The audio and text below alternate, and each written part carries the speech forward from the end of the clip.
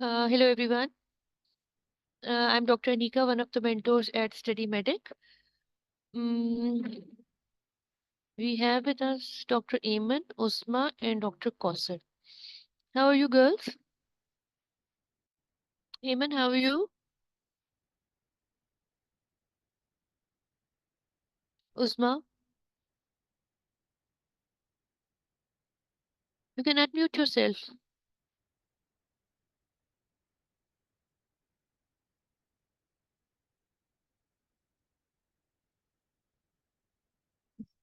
Mm, Dr. Kausar, are you there? Can you guys listen? Am I audible? Okay. So you can all listen.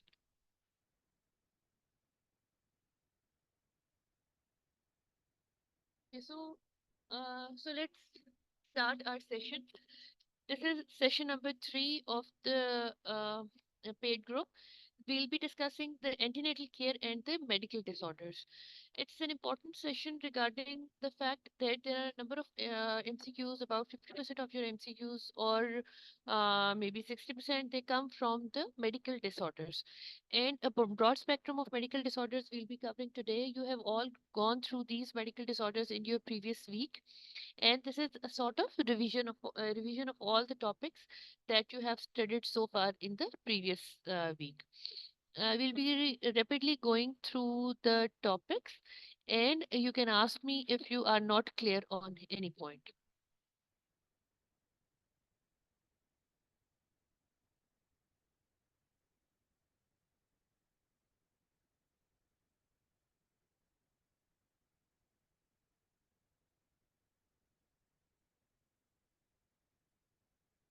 Okay.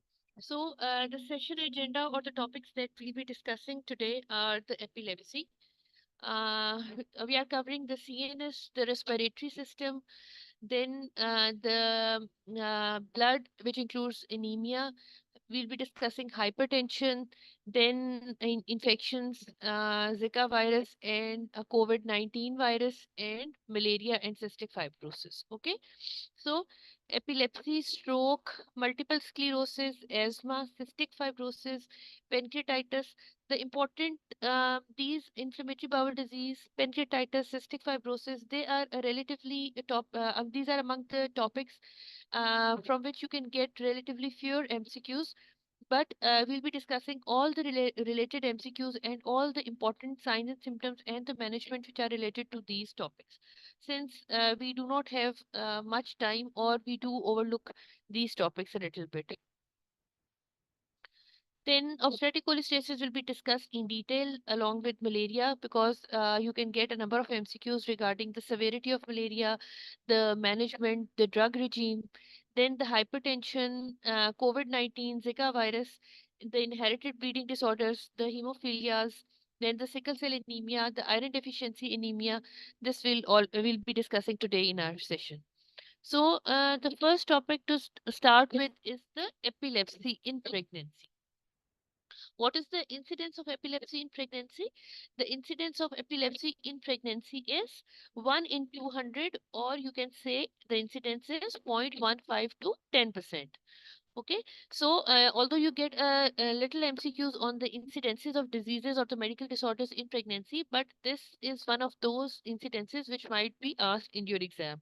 So the incidence is 1 in 200, or it is 0.15 to 10%. Now, what are the risk factors which result in increased epileptic fits during pregnancy? We know that the epilepsy in pregnancy has a certain course. In some of the patients, the epileptic fits, they remain constant. That is, there is neither an increase nor a decrease in the epileptic fits during pregnancy. That is, they remain unchanged. But there are few people or patients, female pregnant patient, who experience an exacerbation, or there is an increase in the incidences, increase in the incidence of the fits, epileptic fits which occur in pregnancy. What are the reasons? Why do these fits they increase in pregnancy? So, the most important risk factor of any medical disorder to be increased, or to be exaggerated during pregnancy, is the non-compliance of the drugs which the patient is using for any any sort of disease. Suppose a patient is hypertensive, she is taking chronic hypertensive, she is taking antihypertensive drugs, but she is non-compliant and she is not taking the antihypertensive drugs during pregnancy. What will happen? Obviously, when she will enter into the pregnancy, her blood pressure will not be optimized. Similarly, with the antihypertensive drugs, if she enters into pregnancy which raised HbA1c, there will be chances of congenital abnormalities, increased chances of miscarriage because the blood sugar levels will not be optimized. Okay. Similar is the case with the epilepsy. If the patient is non-epileptic, maybe she was diagnosed with epilepsy in childhood or before entering into the pregnancy, some years before, but she is non-compliant with her anti-epileptic drugs. Then there are chances that during pregnancy, the fits can increase. Why is that so? The reason for this is that there is an increase in hormone levels in pregnancy. What are the hormone levels that are increased in pregnancy? Specifically talking about the progesterone. Now, progesterone is a pregnancy maintaining hormone. Girls, just give me 1 minute.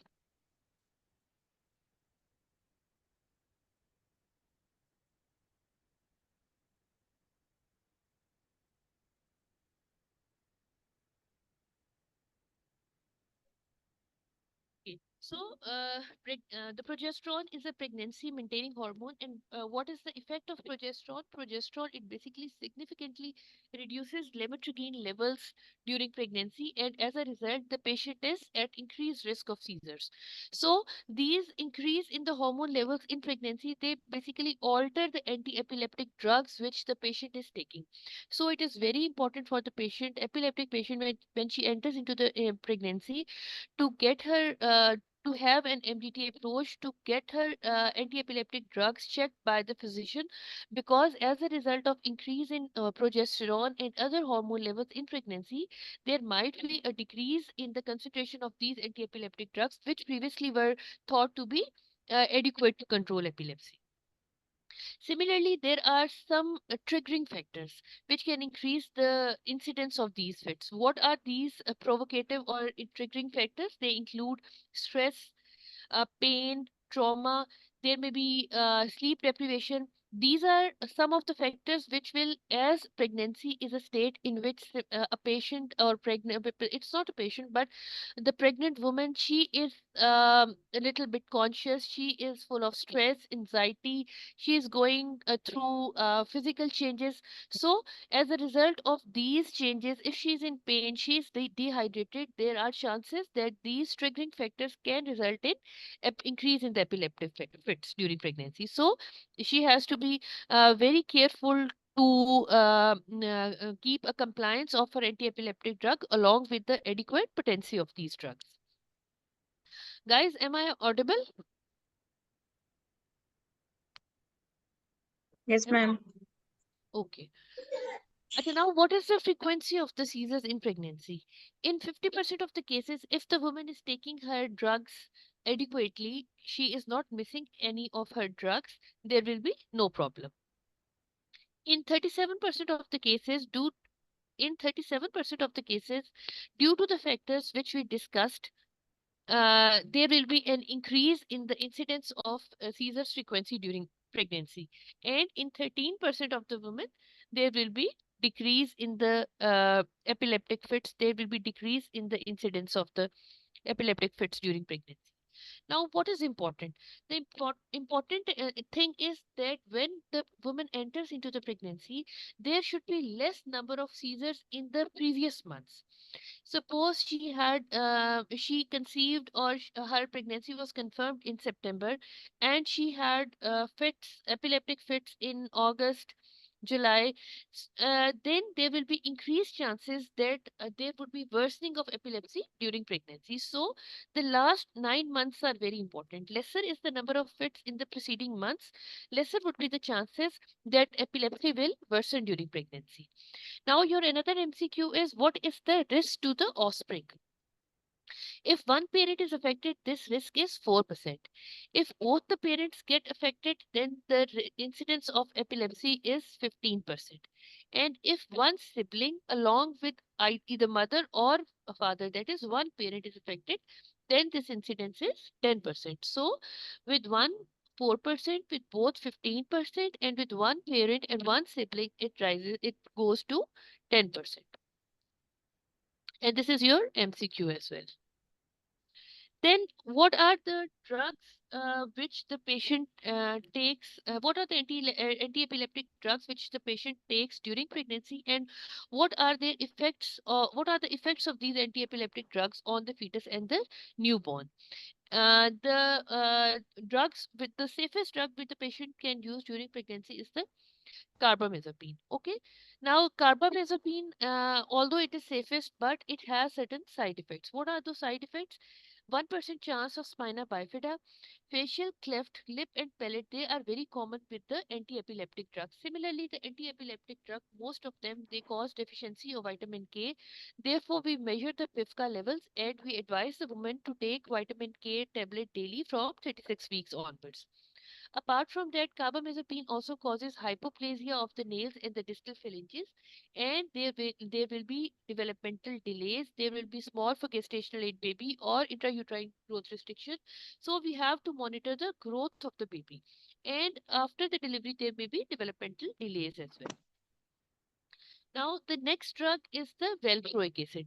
The valproic acid, it has similar side effects as carbamazepine, except that the limb and the cardiac defects, which is your MCQ also, it is common with valproic acid. So, which anti-epileptic drug causes limb and cardiac defects? It is the valproic acid. And apart from that, the valproic acid also causes hypospadias and the cognitive dysfunction. So, hypospadias, limb, cardiac and cognitive dysfunctions, they are more with valproic acid as compared to other anti-epileptic drugs. Otherwise, the spina bifida, the facial clefts, the delays, these are almost common with each and every anti-epileptic drugs. Similarly, the phenytoin and the phenobarbital, similar side effects, the cleft lip, palate, the cardiac defects, the coagulopathies. Coagulopathies, why would these anti-epileptic drugs cause coagulopathies? Because they will cause vitamin K deficiencies. There are chances that the coagulation profile can get disturbed, and as a result, coagulopathy can occur. Now, what is the differential diagnosis of seizure during pregnancy? Suppose if a patient comes to you with fits, what is your first and foremost diagnosis? If you don't know that the patient is non-epileptic, or if she does not tell you, or she does not give, or her attendant does not give such history. So the first diagnosis whenever a patient comes with fits in pregnancy is the eclampsia. We always take the patient as label her as eclampsia, deal her on that basis until it is proven otherwise. The other thing can be that the patient knows that she is epileptic, or she tells you that she is taking certain drugs, or if you see those drugs and these are anti-epileptic drugs, then you are sure that the diagnosis is epilepsy. Apart from that, what other can be the differential diagnosis of seizures? It can be meningitis, encephalitis. These patients present with high-grade fever along with seizures. Then there can be certain vascular diseases like cerebral infarction. There can be hemorrhage, subarachnoid hemorrhage, or any hypertensive coagulopathies or encephalopathies in severe preeclampsia. In these cases, the patient can also present with the similar presentation. So, apart from that, certain metabolic changes such as hyponatremia, hypocalcemia, they also can present with similar features as epileptic fits. Now, what are the PIFCA levels? These anti-epileptic drugs, they basically result in deficiency of vitamin K. How do they cause vitamin K deficiency? They cause vitamin K deficiency by inducing liver enzymes which are responsible for the oxidative degradation. So PIFCA levels are prothrombin-induced vitamin K absence level, and these indirectly measures the low levels of vitamin K which are caused by the use of these anti-epileptic drugs. Okay, so as a result of low levels of vitamin K, the deficiency can can occur. So we measure PIFCA levels and we advise supplementation of vitamin K to the mother from in the third trimester from 36 weeks onwards. Now, what is the risk of anticonvulsant syndrome? The risk of anticonvulsant syndrome with one antiepileptic is 6%. With two antiepileptics, it rises to 15%, and with three is 50%. So, lesser the number of antiepileptic drugs used during pregnancy, the benefit is to the mother with lesser side effects to the baby. Fetal anticonvulsant syndrome, which was previously known as Hayden-Toyne syndrome, what are the major abnormalities that can occur with the this fetal Hayden-Toyne syndrome? These are the microcephaly, then the cleft lip, palate, developmental delays, and the congenital side effects, or the developmental defects and the congenital heart defects. Then these are the minor abnormalities which are included in the fetal Hayden-Toyne syndrome. As you can see in the picture, there is a dysmorphic face.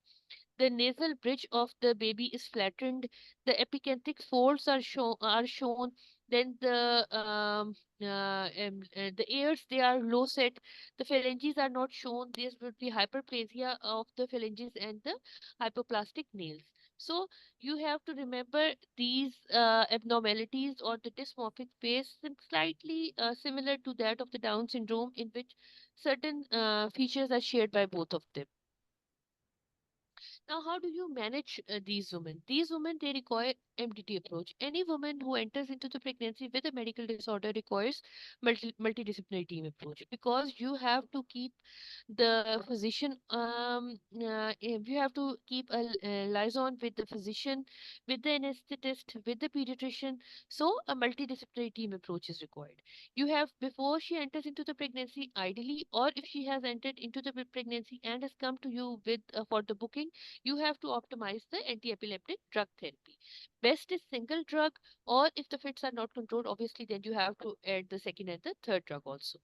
Now, these drugs, they causes fetal abnormalities, congenital abnormalities, neural tube defects. So, a higher dose of folic acid instead of 400 microgram, 5 milligram has to be given, and this is started 3 months prior to the conception in non-epileptics, and it is continued up to the 12 weeks.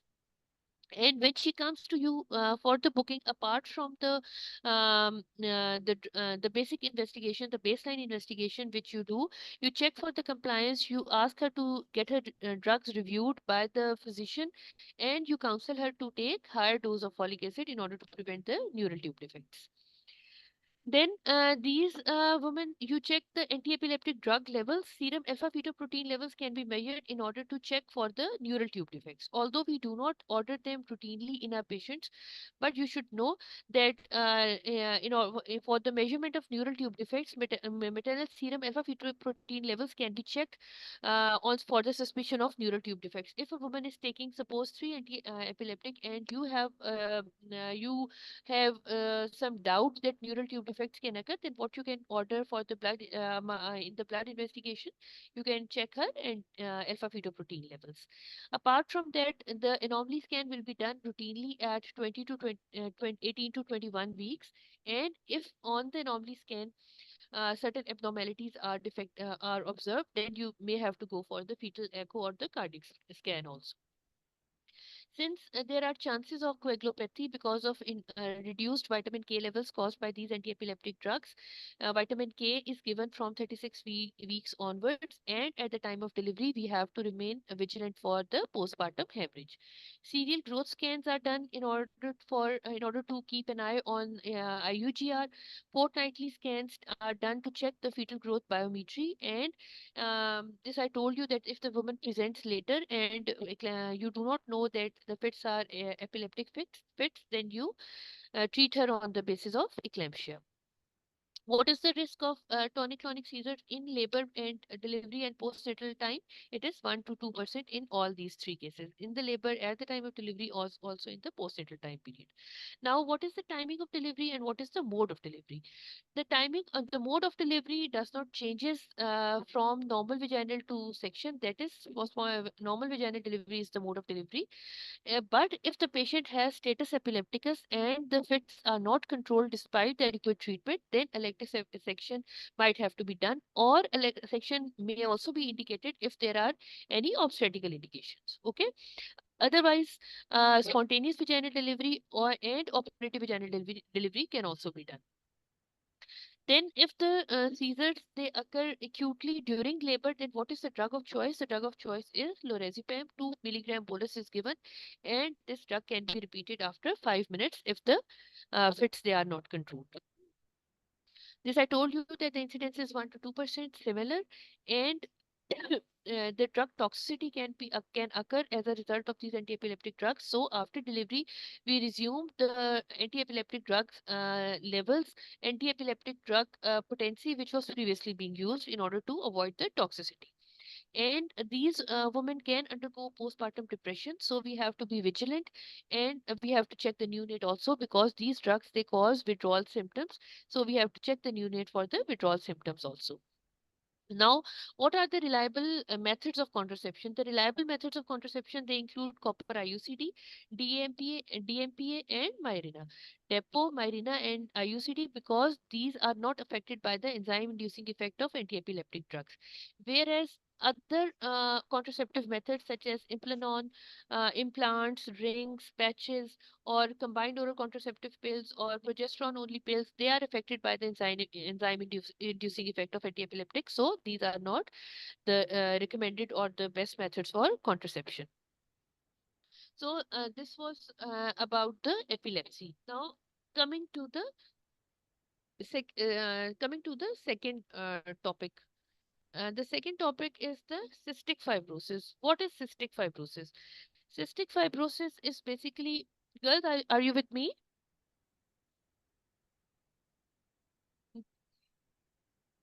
Girls, are you with me? Okay, now we have 8 girls with us. Okay, good, Bertha. You can ask if you have any query in between or at the end also.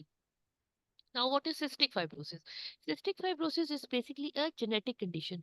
We know that the genetic condition can either be autosomal recessive, autosomal dominant, or X-linked disease. Now, what type of genetic disease is cystic fibrosis? Cystic fibrosis is basically autosomal recessive condition. In this condition, the protein of the body is basically affected. Now, these people who have cystic fibrosis, they have a faulty protein that basically affects the cells of the body along with the tissues and the glands. Now, what tissues, glands are affected? Those glands and tissue which basically make up the mucus and the sweat. Now, what is the normal functioning of mucus? The normal functioning of mucus is that it protects the airway, our digestive system, and other organs of the body.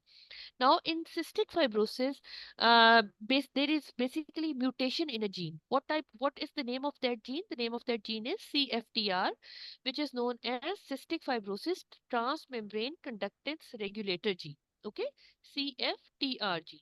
This CFTR gene basically it provides instruction to the CFTR protein, and those women or pregnant women who have this autosomal condition, they have inherited 2 copies of mutated CFTR gene, as a result of which there is a normal gene which controls the movement of salt in the body, and the internal organs such as lungs, gut, and the pancreas, they become clogged with the thick mucus. This is not the normal mucus which is slippery and protective. Basically, it is the thick mucus which causes which leads to in which the lungs, gut, and pancreas they become clogged, and as a result there is chronic inflammation and infection. So this was the pathophysiology of cystic fibrosis. Now, the lung organs which are basically affected are the lungs, the gut, and the pancreas. So, we have to monitor these patients for the respiratory diseases, for the pancreatic diseases, along with the diabetes. So, these 3 organs they are basically affected. What is the carrier frequency? The carrier frequency is 1 in 25, and the pregnancy rate is from 5 to 10%. The live birth rate ranges from 70 to 90%, and the rate of miscarriage is not different in these women with cystic fibrosis. It is the same. So these women, they are at increased risk of preterm labor and prematurity. So the babies which are delivered, they are low birth weight babies, and they have to be kept in NICU, and they have to be provided KMC as well, kangaroo mother care, because they usually develop at early gestation. Now, what are the factors which leads to poor maternal prognosis? This is the pulmonary hypertension, then the chronic hypoxia. What is the what organism can result in poor paternal prognosis? matlab like infection, if it occurs with Burkholderia species, then there are chances that there will be poor maternal prognosis. And if FEV1 is less than 50% of the predicted value. So basically, these four factors are included in the poor maternal prognostic. They are poor maternal prognostic factor. If the mother has chronic hypoxia, if she has developed pulmonary hypertension, or if there is infection with this species, then the forced expiratory volume in the first minute will be decreased, and the pregnancy can be complicated, leading to early delivery of the baby, preterm birth, and low birth weight baby. Now, how to manage these women? These women, they need a multidisciplinary team approach. Now, keeping in mind the three organs which are affected, the lungs, the gut, and the pancreas, we will manage these women on these three bases. Since the airway, they become clogged with a thick mucus, so there are chances of chest infection. As a result, these women, they require antibiotic treatment for prolonged period of time, along with the daily physiotherapy. Then the gut is affected, the absorption is disturbed, so there is problem with the nutritional status of the mother as a result, and also the weight gain of the mother during the pregnancy. These women, they gain less weight during pregnancy, so they have to be provided with a diet chart, so that the weight gain is appropriate. Similarly, the third organ which was affected was pancreas. So we have to screen these mothers for GDM. Blood sugar level monitoring has to be done. Similarly, in almost all the medical disorders, there are chances that small for gestational age baby or IUGR can occur. So, fetal growth biometry has to be checked, and Doppler ultrasound has to be done if IUGR is diagnosed on the routine investigations. Now, it is also important to check the career status of the partner, because you have to counsel the woman accordingly. The counseling will depend upon whether the partner will also have cystic fibrosis, or he is just the carrier. So this basically helps to to tell her, or to counsel her regarding the risks to the fetus. Now, what is the mode of delivery and what is the timing of delivery? The mode of delivery is spontaneous vaginal delivery, and these patients can be taken to term, and pregnancy can be prolonged. But since these complications involving lung, pancreas, and gut can get complicated, so iatrogenic preterm delivery may have to be planned, keeping in view the fetal-maternal conditions.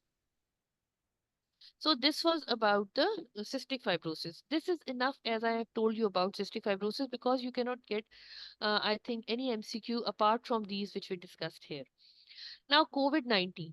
COVID-19, we all know that it is a SARS-CoV-2 virus, and more than two-thirds of the identified pregnant women have no symptoms. So, two-thirds of the women, they are asymptomatic, although they acquire COVID-19 infection in pregnancy, but you have to counsel them on normal routine basis.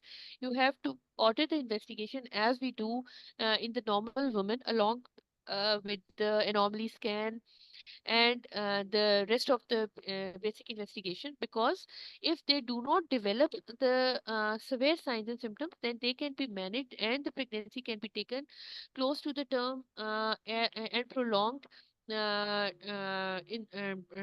you don't have to worry about that, because the COVID-19 itself is not an indication to deliver the patient at an early gestation, provided there are no feto-maternal complications. What are the general symptoms which a woman with COVID-19 infection can develop in pregnancy? These are just like the symptoms which any woman with fever can develop. What are those symptoms? She can have fever, sore throat.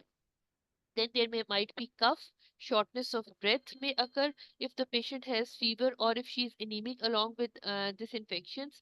Then there are body aches, and loss of sense of taste is a symptom which is peculiar to COVID-19. As we all know, that if the woman is having anosmia, or if the taste sensation of taste is altered, then this COVID-19, it comes in our mind, because normally the any infection in the pregnancy, it does not causes loss of sense of taste. Now, particularly it can occur at any time in pregnancy, but it is more common in the third trimester. What are the risk factors? COVID-19 can get complicated during pregnancy if one of the risk factors is present. Now, what are these risk factors? Number one is the woman with maternal age of 35 or more than that. That is elderly gravida. 35 or above is at increased risk of COVID-19. What is the reason? The reason is that these women, they have other other comorbidities also, such as diabetes or hypertension. Whenever a woman acquires some sort of infection in pregnancy, along with pregnancy comorbidities such as diabetes or hypertension, she's always having a high risk pregnancy as compared to the woman who does not have these complications, who does not have these comorbidities. Then the other risk factors, they include, if the woman has not vaccinated herself, the woman can get vaccination uh, prior to pregnancy, in the first trimester, in the second trimester, or the third trimester. So there is no limitation of any time during which the woman has to be vaccinated.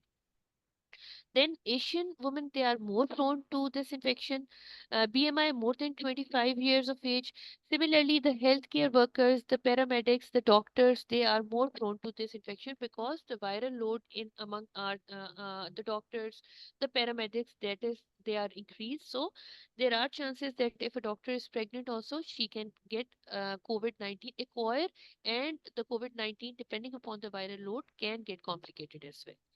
Now it has different variants. The Delta variant, it is associated with severe disease, and the Omicron is associated with infection. So the Omicron is more contagious and infectious. Vertical transmission is less common, and the maternal COVID-19 infection, it is approximately associated with double risk of stillbirth. The preterm birth can occur, but it is more in those women who have complicated COVID infection. The woman can have baby with SGA, or she can have normal grown appropriate baby for her gestation. This I told you that vaccination is very important if it does not affect fertility, and it can be done at any time in pregnancy. COVID-19 vaccine can be given at any time. Breastfeeding is not contraindicated. Any woman who has received COVID-19 infection or COVID-19 vaccine should not stop breastfeeding her child, because it is not a contraindication to breastfeeding. Now, those women who get unwell with COVID-19, they should be admitted in the hospital. Fortnightly ultrasound scan should be done for the fetal growth biometry along with the Likert volume. So, because if the COVID infection in pregnancy get complicated, then the Likert volume can get decreased. So, it is important that the obstetrical ultrasound for fetal growth biometry and AFI should be done. And if the parameters are normal, then there is no need to repeat that again and again. Now, please mute yourself.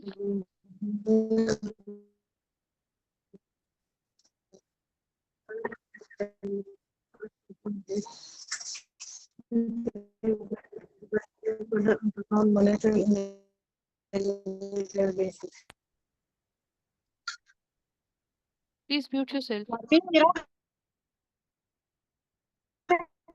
Just now, please Bisma, mute all of the candidates, please.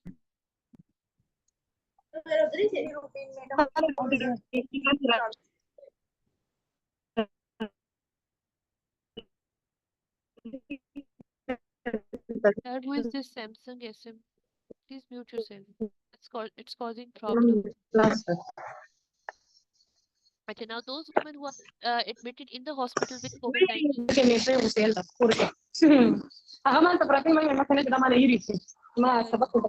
Mute you. Bisma, you there?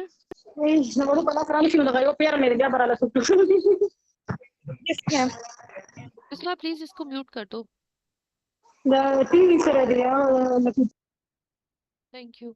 So these women, if they are admitted into the hospital, they have to be given low molecular weight heparin because it is a thromboembolic condition and thrombosis can occur. So it is better to give low molecular weight heparin. Unless, however, in those women in whom we have planned delivery, low molecular weight heparin should be stopped within 12 hours of the expected delivery. And if they are admitted in the hospital or they have confirmed COVID-19 infection in pregnancy, this heparin can be continued 6 weeks postpartum, and at least it should be offered for 10 days after discharging the patient from the hospital. So, minimum 10 days, and if she remained admitted in the hospital for a prolonged period of time, then up to 6 weeks postpartum. What is the mode of delivery? The mode of delivery is the normal vaginal delivery, cesarean section for the fetal-maternal or obstetrical indication. Otherwise, there is no clear-cut guideline or there is any indication for directly going for the cesarean section. Then these women, they are high risk. Their babies are also high risk, so continuous fetal monitoring should be done. CTG should be done continuously in these women with COVID-19.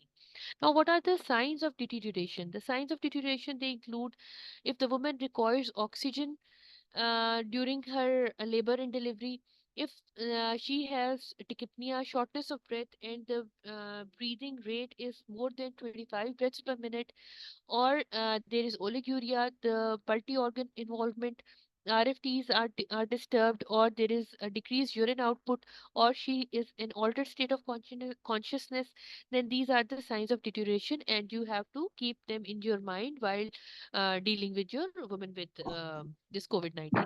Otherwise, if the patient develops COVID-19 infection and it is uncomplicated, then you don't have to worry. You just deal her as like other pregnant woman who enters into the pregnancy.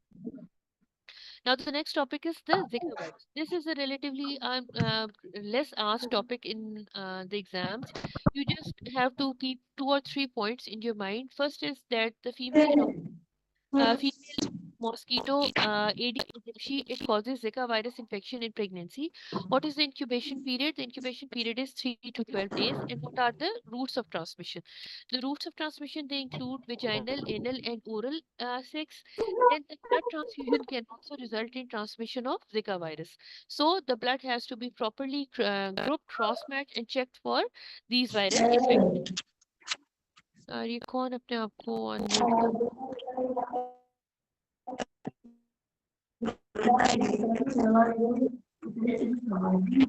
Bisma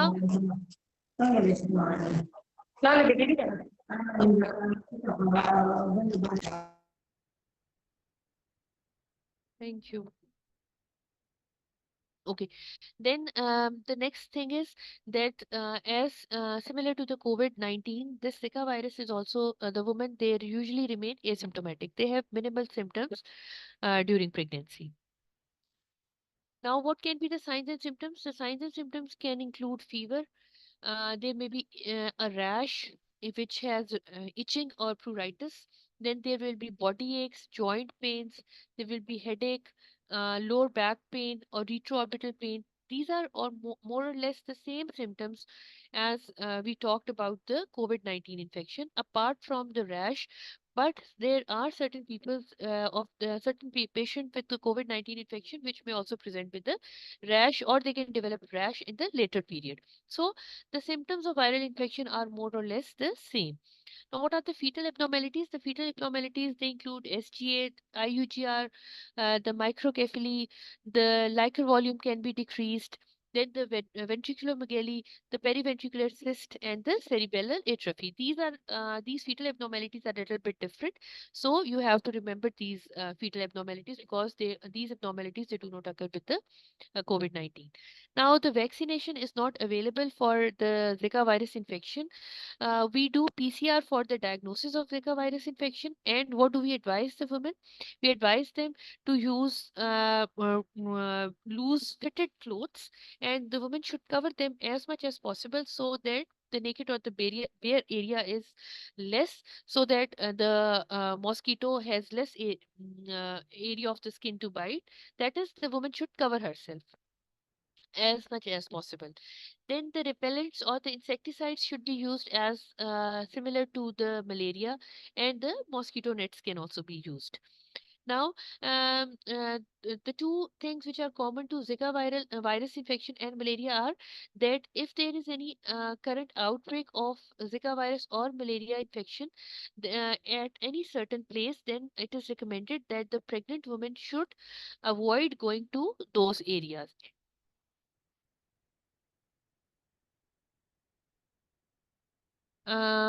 We just revised all the points of the COVID-19 infection.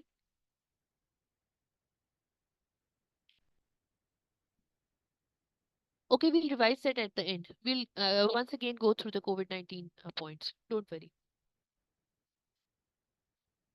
Acha, then the next important thing is that first we should advise these women that they should not travel to those area in which there is an outbreak of Zika virus infection. And similarly, if they have gone to that area, we should advise them that they should use the barrier methods during and after travel.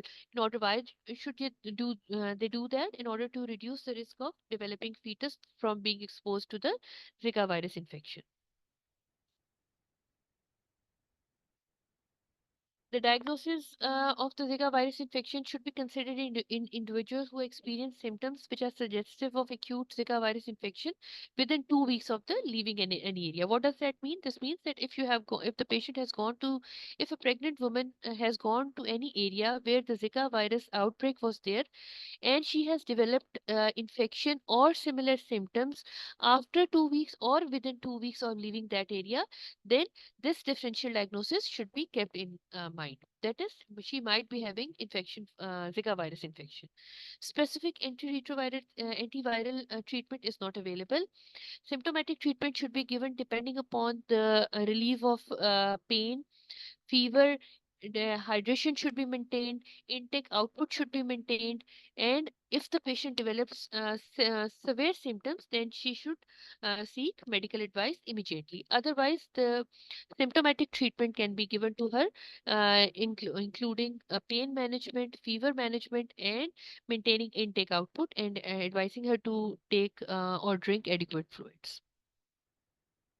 Okay, so this was about the Zika virus. Now coming to the multiple sclerosis. What is multiple sclerosis? Multiple sclerosis is an important autoimmune disease of the CNS. It is a condition in which there is demyelination of the nerves, which leads to the damage of the axons, and as a result, there is activation of the immune cells of the CNS. Which cells?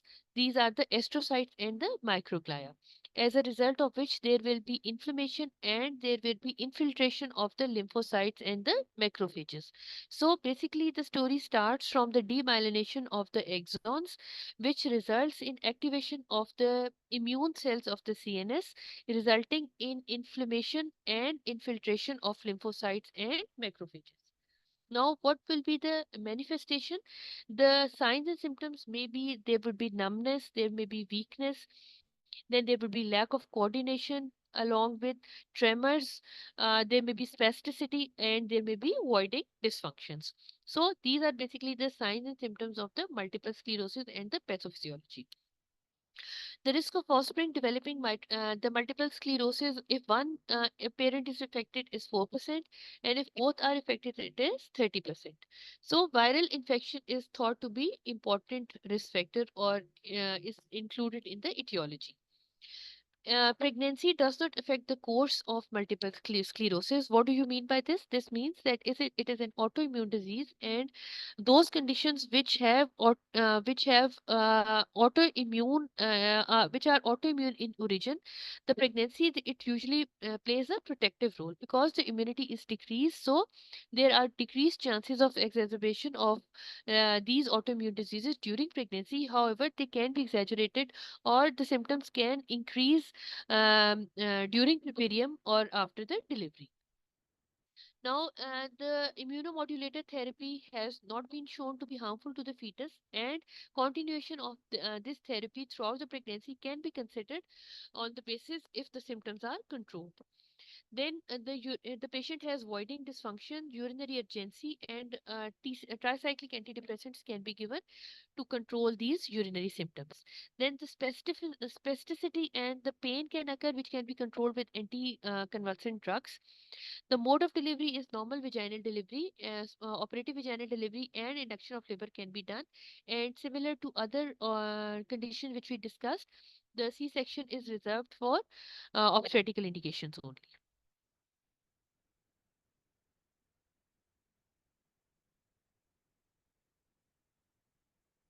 Antidepressants, they affect on the CNS level, and these urgency and other voiding dysfunctions, these are basically related to the CNS. So when we give the antidepressants, they act on CNS, and in this way they control urgency and other urinary symptoms. Now coming to the next topic, which is the stroke. Okay, Mariam. Stroke or the cerebrovascular accident, it is also, we'll quickly go through this because this is also not among those MCQs which are mostly asked in your exam. The incidence of stroke is increased in pregnancy and mostly in the postpartum period. But the very important thing is that you have to take a very clear history of the patient if she had any thromboembolic event or any history of stroke in the previous pregnancy or after pregnancy, or if she has any family history. So, depending upon the history and the examination or probing the family history, you can get a clue of and you can make your diagnosis. It is common under 40 years of age, and among the types, the infarcts or the ischemic stroke is more common. It can be divided into an ischemic stroke. The ischemic strokes are of two types. There are the arterial and the venous strokes, and the next are the hemorrhagic strokes. The hemorrhagic stroke are the subarachnoid or the intracerebral stroke. We know that in a subarachnoid hemorrhagic stroke, the woman she complains of very severe sudden onset of headache, which is usually not relieved from any sort of medication. And we order investigation. The CT scan, MRI is done, and on that, the subarachnoid hemorrhage comes, and then we make our diagnosis and we treat the patient. Now, what can be the causes of pregnancy associated stroke, or what is included in the differential diagnosis if a woman comes to you with similar presentation? It can be preeclampsia, then carotid artery dissection, any embolic events, or TTP. These are included in the differential diagnosis. Then DIC, ruptured aneurysm, cocaine abuse, arteriovenous malformations, these are all included in the hemorrhagic strokes, and they contribute to the differential diagnosis. Now, what are the investigations which you have to do in order to reach your diagnosis? Number one is the history. After taking a detailed history and examination, investigations in the form of MRI and CT scan can help. Cerebral angiography can be done because we have discussed all the differential diagnosis and all the things which we have to rule out which can lead to stroke. So, cerebral angiography, the echo and the thrombophilia screening, because APLS patients, they have also thromboembolic events. They can also present with stroke. So thrombophilia screening and antiphospholipid testing has to be done. Now, the hemorrhagic strokes, they are basically caused by the bleeding aneurysms or the arteriovenous malformations. And we have to make sure that when such a woman enters into the pregnancy, her arteriovenous malformation, since they carry a high risk of rebleeding, so they are not left untreated. Ideally, these women before conception, the AVM should be diagnosed and it should be treated so that they are not there are no chances of progression of these arteriovenous malformation during pregnancy. The woman can present with headache, vomiting, severe headache, reduced consciousness, the stiffness of the neck, or focal signs. What is the treatment? The treatment include excision of the arteriovenous malformation along with the clipping. The mode of delivery is the spontaneous vaginal delivery. So please mute yourself. क्या लगता है?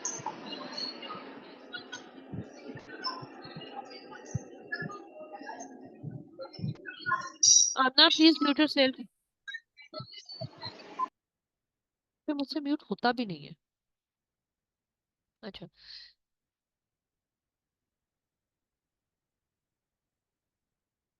Maryam, clipping जो है that should ideally be done pre pregnancy, वो तभी होगी when a woman would be diagnosed before pregnancy. Because अगर आप प्रेगनेंसी में करोगे तो चांसेस ऑफ ब्लीडिंग भी ज्यादा होंगे और प्रोग्रेशन भी ज्यादा होंगे. ठीक है. सो आइडियली आप इनकी क्लिपिंग जो है वो बिफोर प्रेगनेंसी करते हो. और अगर प्रेगनेंसी में आ जाए तो obviously you will treat them. आप उनको छोड़ तो नहीं सकते क्योंकि ये वाले तो बहुत जल्दी डिटेरियोरेट हो जाते हैं. लेकिन best time is that the clipping should be done before entering into the pregnancy. But otherwise if they are diagnosed और the diagnosis is confirm during pregnancy, you will give her the management. If the aneurysm they have not been treated during pregnancy or this treatment has occurred during pregnancy, यानी कि यही कि arteriovenous malformation clipping that is done during pregnancy, so तब mode of delivery would be elective C-section. ठीक है. If the patient has been identified and diagnosed before entering into the pregnancy, then spontaneous vaginal delivery can be done because the patient has been adequately treated. Otherwise, if the aneurysm has not been treated during pregnancy or the treatment has been given recently during pregnancy and now the time has come to deliver the patient, or there is any other obstetrical indication to deliver the patient, then elective C-section should be the mode of delivery. ये आपका MCQ.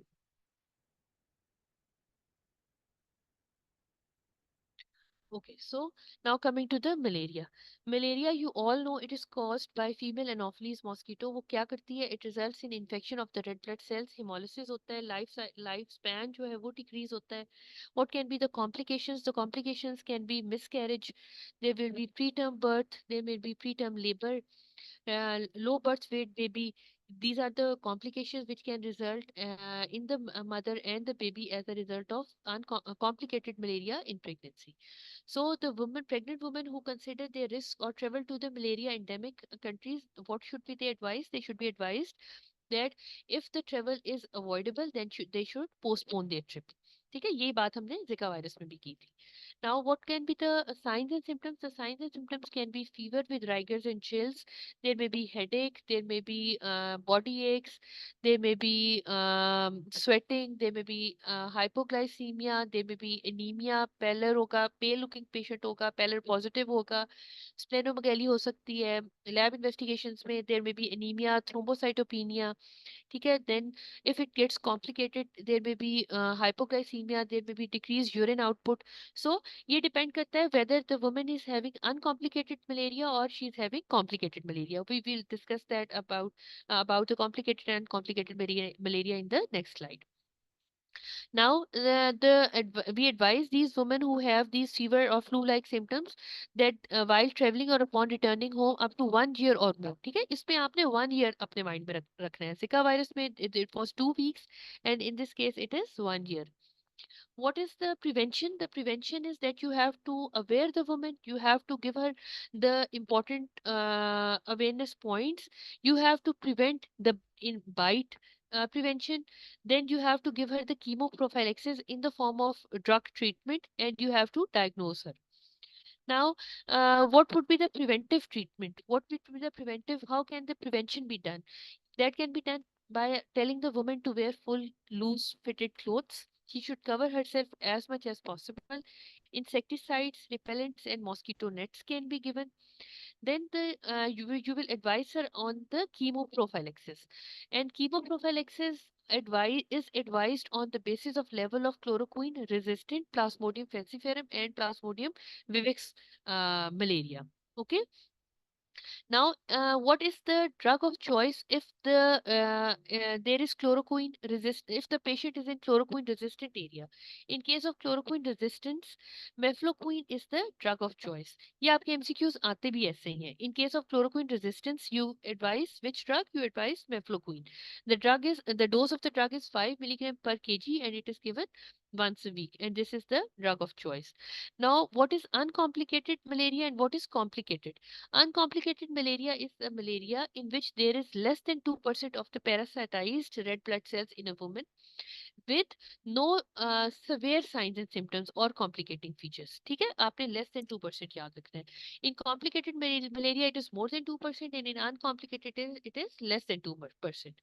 Pregnant women with 2% or more parasitized red blood cell is at high risk for developing complicated malaria or severe malaria. Okay, and these women, they are treated on the protocols of severe malaria.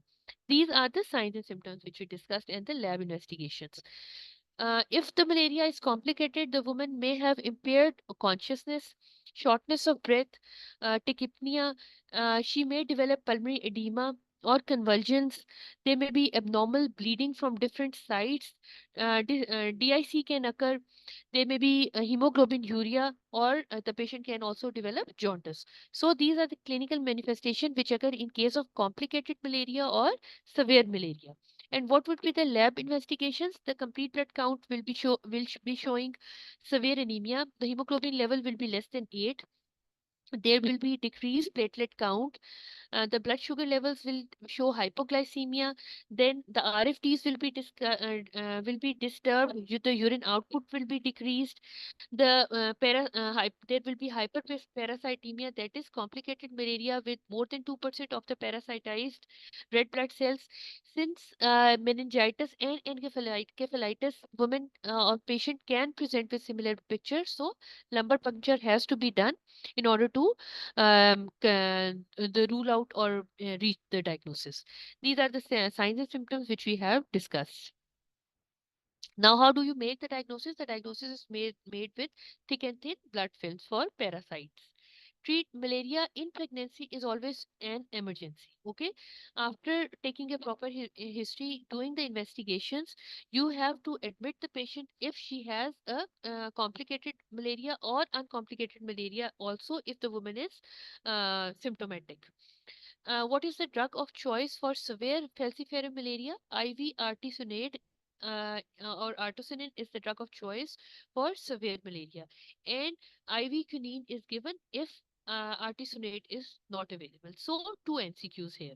What is the drug of choice for severe falciparum malaria? That is IV artesunate.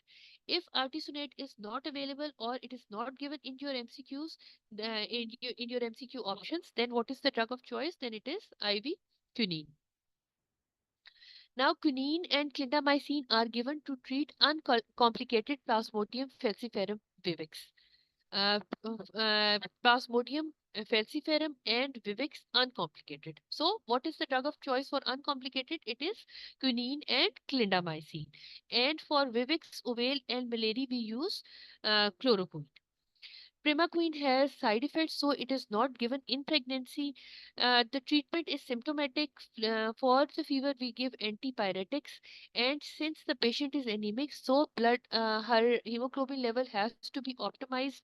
Now, depending upon the hemoglobin level and the platelet level, either the black cells or the red blood cells can be given, or for thrombocytopenia, maybe you have to give her the fresh blood. So it depends upon the indices which are decreased on your complete blood count.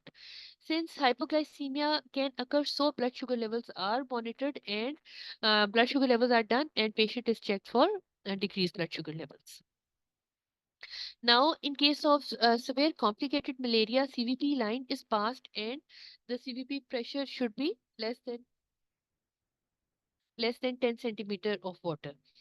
Now, this I told you that preferably packed cells should be given, and since there are chances of overload, so blood transfusion is always done under cover of less 620 milligram is given. Now, these babies, they are at increased risk of intrauterine growth restriction. Fetal heart rate monitoring should be done continuously because CTG can get suspicious or abnormal, and you might have to plan your delivery if there is any obstetrical indication. Peripartum malaria is an indication for placental histology, and placenta and cord should be given for sent for histopathology in order to detect the congenital malaria at early stage. This we have discussed earlier. Okay, so this was all about the uh, malaria. Now coming to the next topic, which is the asthma. Okay, asthma. What is the incidence of asthma in pregnancy? The incidence of asthma in pregnancy is 10%. Pregnancy is a condition in which the immunity of the body is decreased, as we discussed in the previous topic also, and also the hormone progesterone, which is a pregnancy maintaining hormone, is increased. This hormone, it promotes the bronchodilation, so it is beneficial for pregnancy as well as for the respiratory system. But the problem is that the physician, they have a fear in treating the asthma during pregnancy. Why do they fear? Because of the effects of asthmatic drugs on the fetus. Okay, so basically, the progesterone, which is the pregnancy maintaining hormone, is a bronchodilator. It helps to keep the airway patent, but it is very important to maintain the compliance of the drugs which a woman is taking for her control of asthma during pregnancy. Okay, so the studies have shown that there is no increased risk of congenital malformation in the children's whose mothers are taking the drugs for the control of asthma. So you should always counsel the woman that she should take her drugs regularly for the control of these for the control of asthma and other obstructive airway diseases. It is a chronic inflammatory disease of the airway. What are the signs and symptoms which can occur? The signs and symptoms can be the patient may present with onset of cough, which may be worsened at night. Then there may be wheeze, there may be tightness of the chest, and the patient may have shortness of breath. So it is the most common chronic condition in pregnancy. And what is the prevalence? The prevalence is 4 to 12%. These are the triggers: smoking, exercise, allergens. So whenever a woman comes to you with asthma, you have to ask her if she has any, there is exposure of any pollen, dust, mite at her home, or there is any history. You have to rule out the history of smoking, exercise.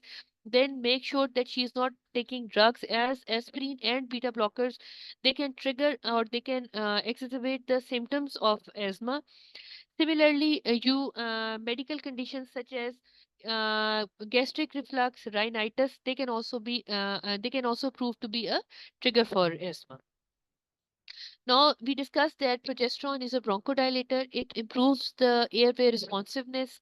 On the other hand, the bronchoconstrictors such as PGF2 alpha, it leads to constriction of the airways. Then the modification of the cell-mediated immunity can occur during pregnancy, and this may also influence the response of the mother to infection and inflammation. So, the cell-mediated immunity is important. Then increase in the cortisol level during pregnancy, it plays an important role against inflammation. Then the bronchodilators and the bronchoconstrictors. These four are the important physiological factors which affect the asthma during pregnancy. What is the effect of asthma on pregnancy? It can result in increase in incidence of hypertension in pregnancy. As a result, there may be intrauterine growth restriction, and there may be preterm premature rupture of membrane as well as preterm labor. Now, this is for the management of asthma during pregnancy. Now, patient should start the treatment at the step which is most appropriate to the initial severity of their asthma symptoms. What do you mean by this? This means that this is a step up protocol. Step one, from step one to move to step two, then three, four, five. But it is not that if a patient comes to you with severe asthmatic attack and you start her with the step one. No, if she has severe symptoms, then you might have to start her with long-acting beta-2 agonist instead of short-acting beta-2 agonist, and you might have to increase the dose of the steroid. Instead of 400 microgram, which is the normal dose, you may have to give her 800, or you may have to give her a dose of steroid, inhaled steroids, which is even more than that. So this is although a step up protocol, but you have to make sure that what are the initial and symptoms, and what is the severity of the symptoms of asthmatic patient. Now, in case of mild intermittent asthma, what is the drug of choice? The drug of choice is the short-acting beta-2 agonist. And what is the mode? It is the inhaled short-acting beta-2 agonist. Now, if the patient is already taking short-acting beta-2 agonist, and the symptoms, they are not controlled, then what you can do is you can add the steroid therapy. You can add 400 microgram of steroids to this patient who's already taking short-acting beta-2 agonist, and then you can monitor her symptoms. On the other hand, if starting her with the dose of 400 microgram, still there is no improvement in the symptoms, then what you can do is you can increase the dose of the steroid, and apart from that, you can also switch from the inhaled short acting beta 2 agonist to the long acting beta 2 agonist. Okay, so in the step 3, you can give her long acting beta 2 agonist along with increasing the dose of the inhaled steroid from 400 microgram to 800 micrograms. Now, what can be the maximum dose? What can be the what can be the further increase in the dose? The steroids can be increased up to the dose of 2000 microgram per day.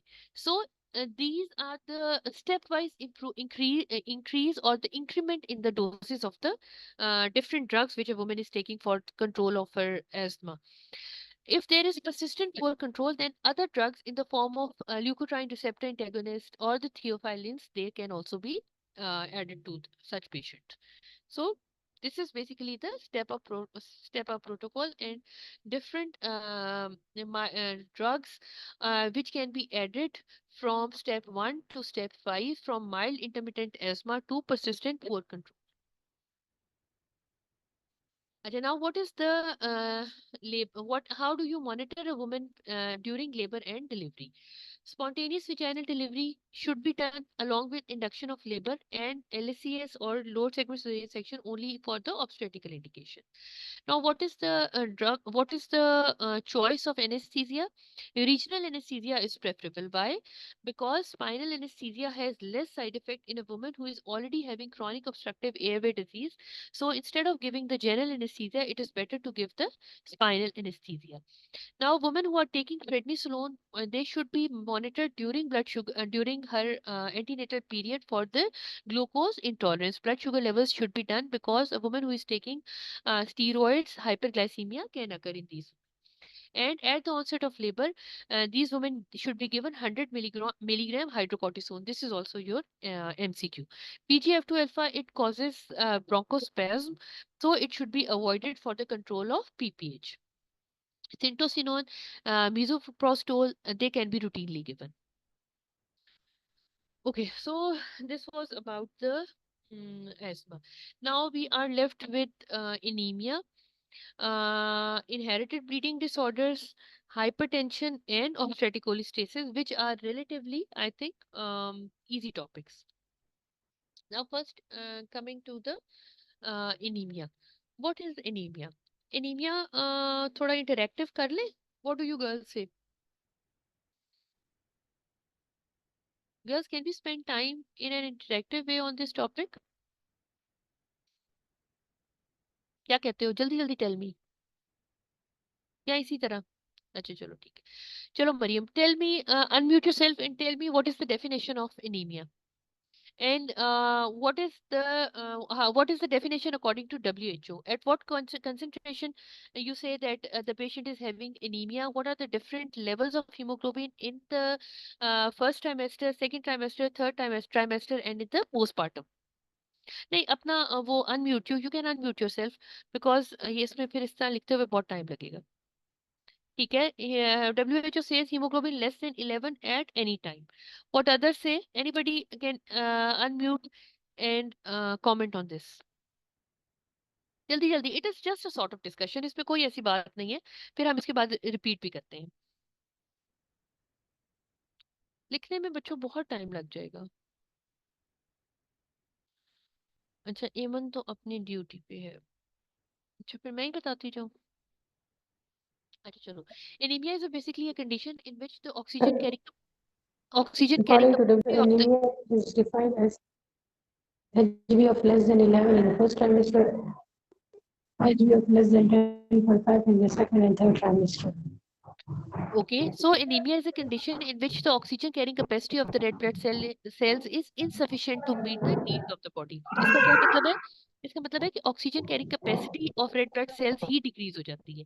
ठीक है, haemoglobin less than 11 at any time और haematocrit less than 33। और CDC क्या कहता है हमारा, centre for disease control, it says less than 11 in the first trimester, less than 10.5 in the second, and less than 10 in the third trimester and in the postpartum period. Now, what is the incidence of anemia in the developed countries and in the underdeveloped countries? In the developed countries, it is 18%, and in the underdeveloped countries, it is 56%. चलो, पहले before discussing when complete blood count should be done in a singleton and the twin pregnancy, first let us discuss about the physiological changes. What happens to plasma volume during pregnancy? The plasma volume, it is during pregnancy increased by 50%. अच्छा, और red blood cell कितना increase होता है? Red cell mass में comparatively increase 25% होता है, which is relatively less than the plasma volume increase. और इसकी वजह से हीमोडाइल्यूशन होती है, और हीमोडाइल्यूशन मैक्सिमम कब होती है? थर्ड ट्राइमेस्टर में, अराउंड 32 वीक। अच्छा, फिर दूसरी बात होगी एमसीवी जो है, that can increase in pregnancy normally secondary to erythropoiesis. MCHC remain stable, इसीलिए MCHC is used to differentiate iron deficiency anaemia from thalassemia, although both are hypochromic microcytic type of anemias. Serum iron and serum ferritin concentration, they can decrease during pregnancy, secondary to increased utilization as well as a result of hemodilution. ठीक है, what is the total iron requirement in pregnancy? The total iron requirement during pregnancy जो है in a non-pregnant woman, नहीं sorry, pregnancy में नहीं, first in the non-pregnant woman it is 2 milligram per day, and in the pregnant woman it is 4.4 milligram per day. Or how do we divide this 4.4 milligram? It is divided in the first trimester and in the second, in the third trimester. In the first trimester the requirement is 2.5 milligram per day, and in the third trimester it is 6.5 or 6.6 milligram per day. Otherwise, what is the total iron requirement in pregnancy? The total iron requirement in pregnancy is 1240 milligrams. Okay, so this was all about the total iron requirement in a non-pregnant woman, in a pregnant woman, and talking trimester wise. Now, how often CBC should be done in a singleton pregnancy as well as in the twin pregnancy? In a singleton pregnancy, complete blood count is done at the time of booking, and then it is again repeated at 28 weeks. Whereas if the woman is having twin pregnancy or any high order pregnancy, then the complete blood count is done at the time of booking, again at 20 to 24 weeks, and then it is again repeated at 28 weeks. So 20 to 24 is additional in twin pregnancy as compared to the singleton pregnancy. Now, how do you confirm your diagnosis of iron deficiency anemia? The diagnosis is confirmed with serum ferritin. And if a woman has serum ferritin less than 30 microgram per liter, then oral supplements should be offered to her. In the next slide, we'll be discussing what is the prophylactic and what is the treatment dose of oral iron supplements. The woman who has established iron deficiency anemia, they should be given how much elemental iron daily? She should be given 100 to 200 milligram elemental iron daily. Whereas prophylactically, what is the dose of total iron which should be given? Elemental iron. Prophylactic elemental iron dose is 60 milligram. And the therapeutic dose is 100 to 200 milligram. All these 4 or 5 are your MCQs. So 65 milligram is the prophylactic dose which should be given daily. Hemoglobin less than 10 gram per deciliter should be given elemental iron 10 to 100 to 200 milligram. This means that the woman is having iron deficiency anemia and she should be having therapeutic dose of elemental iron. Once the hemoglobin level is in the normal range after supplementation, then the woman should be advised that she should continue taking oral iron supplementation for the 3 months, and at least she should take it 6 weeks postpartum. What is the benefit? The benefit is that the iron stores, they also get replenished. Now, in the first trimester, usually oral iron is given up to 28 weeks. Parenteral iron is usually recommended because by the time woman has reached the 28 weeks, there is the time is getting lesser, and since she has not taken oral iron, and we think that she will not again take oral iron, but we have to optimize her hemoglobin level, so we prescribe her IV parenteral iron therapy. What can be the other reasons? Other reasons can be that if the woman is having GI symptoms, GI problems, or she's having any malabsorption syndromes, then instead of giving her oral iron, it is better to give her parenteral iron, because it would be difficult for her to tolerate oral iron therapy. Now, iron deficiency anemia, it represents a spectrum which range from iron depletion to iron deficiency anemia. This means that first the iron will be depleted, and then there will be first the serum, there will be decrease in serum ferritin, serum iron, and then the hemoglobin level would be decreased. So, in iron depletion, the amount of stored iron, which is measured by serum ferritin concentration, that is reduced. And this is always our first investigation to get abnormal in case of iron deficiency anemia. And serum ferritin is our investigation of choice also, because it is not affected by any hormones, or it is not affected by any thing during pregnancy. And the amount of transport and the function iron, that is not affected. So we advise that serum iron ferritin, it should be done during pregnancy, as in order to diagnose. It gives us the best estimation of stored iron, and it is the stable form, which is also not affected by the recent iron ingestion. What is the normal serum ferritin level? The normal level is 15 to 300 picogram per liter, but if the serum ferritin level is less than 15 microgram per liter, then we label it as iron deficiency anemia, and we build up the iron stores either with the help of oral iron or with the parenteral iron. Or there are indications when blood transfusion has to be given. Iron blood transfusion should be given from 36 weeks onwards, but there are certain women who might present at 32 to 33 weeks, but they have severe symptoms. In those women also, we do not wait, or we do not give IV iron, but since they are symptomatic, so hemoglobin level should be optimized with the help of blood transfusion. ठीक है, इसका मतलब ये है कि 36 के week से बाद तो आपने ब्लड देना ही देना है, पर ये भी हो सकता है कि the woman is at 32 weeks या 33 वीक्स, और वो मॉर्बिड एडहेरेंट प्लेसेंटा हो, लो लाइंग प्लेसेंटा हो, and she is at increase risk of antepartum haemorrhage, तो उनमें फिर आप आईवी आयरन लगा के वेट नहीं करते रहोगे, because oral iron and IV iron, it takes time for showing increase in haemoglobin, whereas blood transfusion से immediate increase in haemoglobin level होता है। ठीक है, इसका ये मतलब है।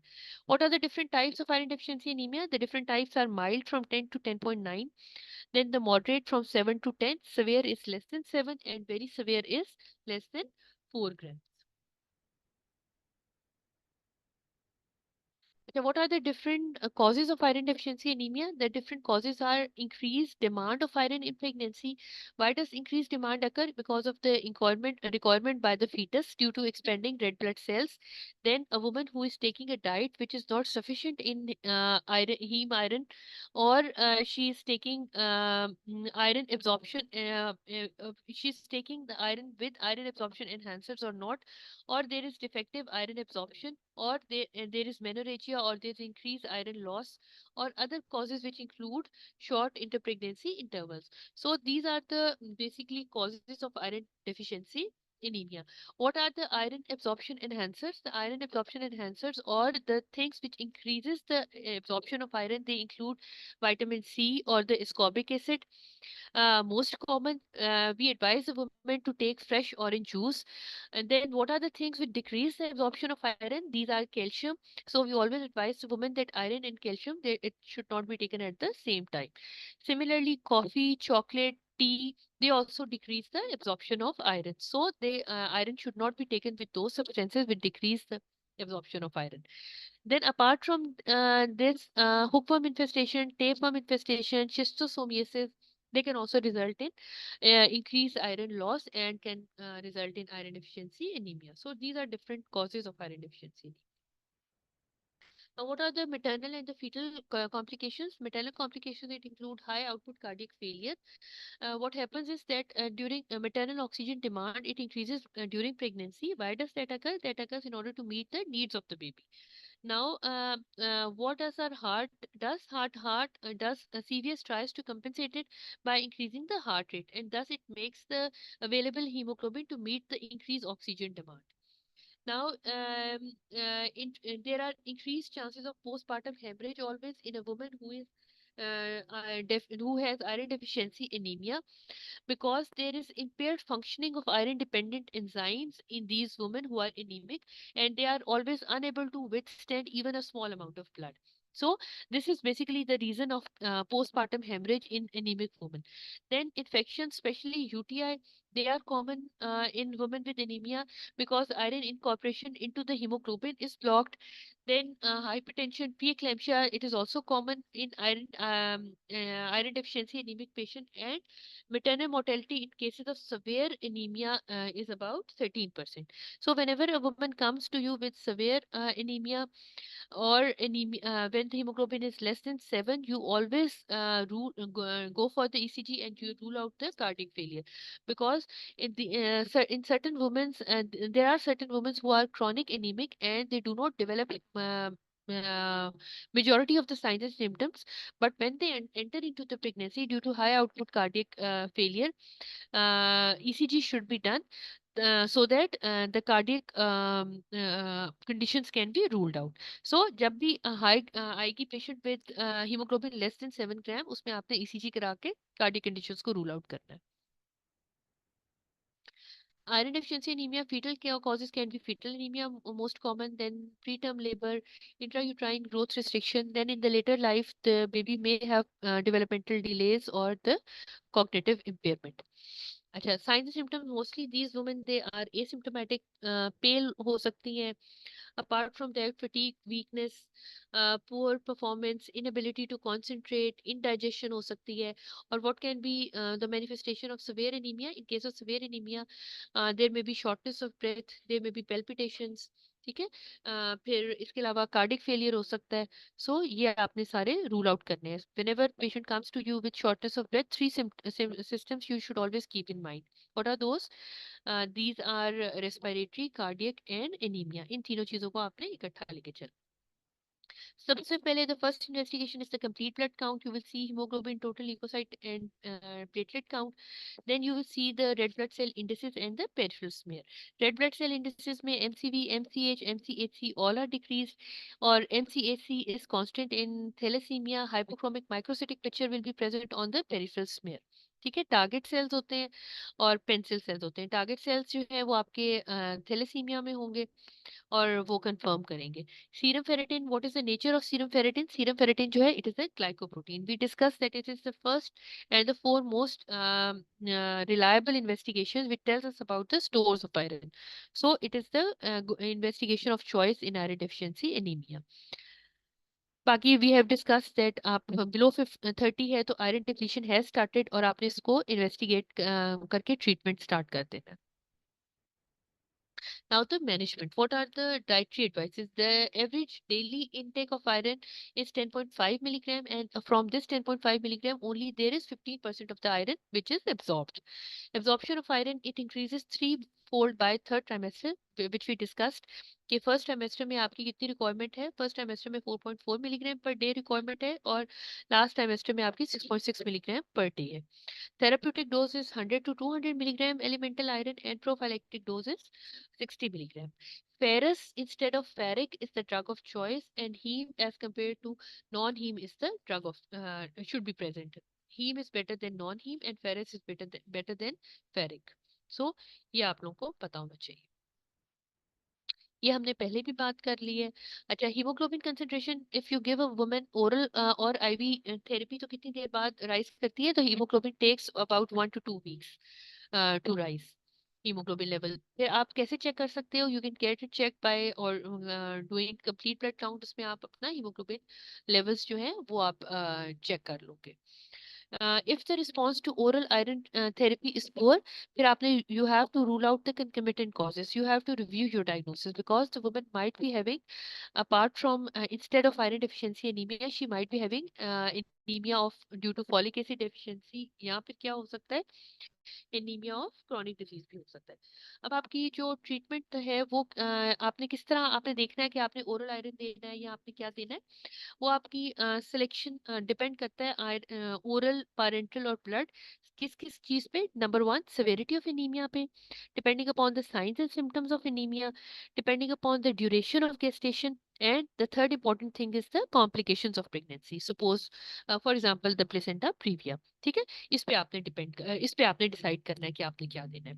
या फिर if you have already given oral iron therapy and the patient is non compliant और she is having malabsorption syndromes, then instead of giving her oral iron therapy again and again, you will go switch to the parenteral iron therapy। IV iron sucrose आप देते हो 20 mg/ml, और इसमें आपने response check करना है after 2 to 3 weeks, और the rate of rise of haemoglobin and the rise of haemoglobin both they are similar in oral and parenteral। both में the rise is 0.8 grams per deciliter per week, or in both cases you check for the rise in hemoglobin after 2 weeks। ठीक है। another important thing is the IV ferric carboxymaltose, you all know, which is Ferinject, and इसमें इसके side effects are less as compared to sucrose, and इसमें you need although it is expensive as compared to the sucrose, but इसमें lesser doses are required as compared to the IV iron sucrose, and it gives controlled delivery of iron within the cells of the reticuloendothelial system। As a result, इसमें इसके side effects भी कम होते हैं। Apart from that, it is administered IV and it is given as a single dose of 1000 mg over 15 minutes। ठीक है।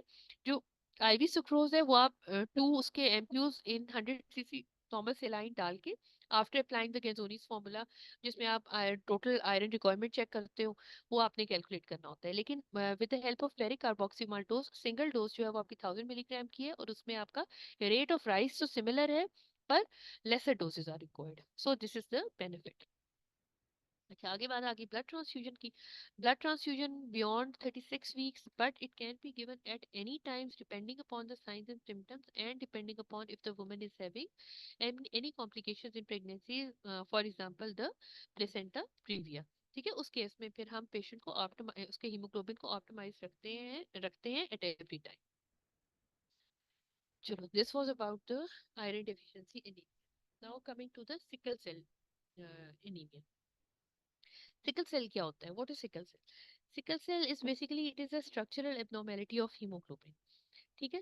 इसमें sickle cell haemoglobin जो है, जो आपका HbS है, it has valine instead of glutamic acid in the beta chain at position 6 of chromosome number 11। ठीक है, अगेन रिवाइज करते हैं। Sickle cell syndrome, it is basically it is a condition in which it is an autosomal recessive condition. In this case there is structural भाई abnormality को of सोने दो, हट जाओ, बड़ा भाई ले structural जाओ। structural abnormality of the hemoglobin, and the sickle cell hemoglobin has valine instead of glutamic acid at position 6 of chromosome number 11। ठीक है। So हाँ, this is the pathophysiology, and it is more common in African people। Apart from African Asians में भी as compare to other ये common होता है। ठीक है। अब इसकी structure what occurs as a result of this structural abnormality, as a result of this structural abnormality the hemoglobin is more susceptible to hypoxia। ठीक है, क्योंकि उसकी स्ट्रक्चर चेंज हुआ होता है। Red blood cells they are rigid, they are distorted, and they become sickle shaped, so extravascular or intravascular hemolysis starts, and thus the lifespan of the red blood cells it decreases from 120 days to 20 days, and the sickle shaped red blood cells they block the small blood vessels, and they compromise the blood flow or the blood supply। This is basically the pathophysiology of the sickle cell disease. अब इसमें hemoglobin C के साथ HbSC हो सकता है. It can occur with beta thalassemia, in which it is hemoglobin SB, or it can occur with in combination with hemoglobin D and E also. When will be sickle? It called as sickle cell trait when it will be combined with normal hemoglobin. Hemoglobin A along with hemoglobin S forms the sickle cell trait. These women they are commonly asymptomatic. ठीक है, sickle cell syndrome होगा इसका तो फिर उसमें asymptomatic होंगे. Otherwise अगर दोनों में आ जाएगा, सिकल शेप आ जाएगा, तो फिर patients are severely symptomatic. This we have already discussed that red blood cells are sickle shaped. As a result, vaso-occlusion हो जाती है और painful crisis हो सकता है. What are the complications? The complications they include pulmonary hypertension, renal dysfunctions, retinal changes हो सकती हैं. Then avascular necrosis of the head of the femur can occur, or apart from that, painful crisis हो सकता है.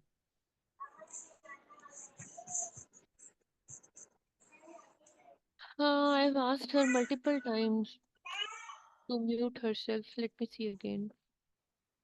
Of Uzma? कर लिया उस्मा ने? Okay, thank you, Uzma. Sure, coming back. तो ये अब हमने डिस्कस कर लिया. These women they are at increased risk of infections. ठीक है, infections कौन सी होती हैं? Streptococcus pneumoniae, Neisseria, and Haemophilus influenzae. So these women they have to be given penicillin prophylaxis. And those women who are allergic to penicillin, what is the drug of choice? The drug of choice is erythromycin. Now, sickle cell anemia is one of those conditions in which a higher dose of folic acid has to be given. That is 5 milligram given for 3 months before conception, and it has to be continued throughout pregnancy. ठीक है, एक हमने inflammatory bowel disease पढ़ा, epilepsy पढ़ा, और diabetes भी होता है, previous baby with neural tube defects होता है, या डाउन सिंड्रोम्स हैं. ये सारी condition sickle cell anaemia. These are all the condition in which a higher dose is required. Now, these women they are at increased risk of developing preeclampsia. So, low dose of aspirin, that is 75 milligram, is given daily once a day. ठीक है, there are increased chances of thrombosis, so low molecular weight heparin has to be given. Baki, the rest of the investigation will be same early booking, anomaly scan at 18 to 20 plus 6 weeks. Apart from that, fetal growth biometry 4 weekly scan is done to assess the growth of the fetus from 24 weeks onwards. The delivery will be by induction of labor by the normal vaginal delivery, and cesarean section will be indicated in case of any obstetrical indication after 38 weeks. Now, low molecular weight heparin should be administered while the patient is admitted in the hospital, and she should continue it 6 weeks after cesarean section and 7 days after vaginal delivery. So, low molecular when the patient with sickle cell anemia is in the hospital, low molecular weight heparin should be given. And how much time should it be continued in the postpartum period? 7 days if she had vaginal delivery, and 6 weeks if she had cesarean section. Now coming to the inherited bleeding disorders. The inherited bleeding disorders include von Willebrand disease and hemophilia disease. Hemophilia is hemophilia A and hemophilia B. Males are clinically affected because it is an X-linked disease, and the females are the carriers.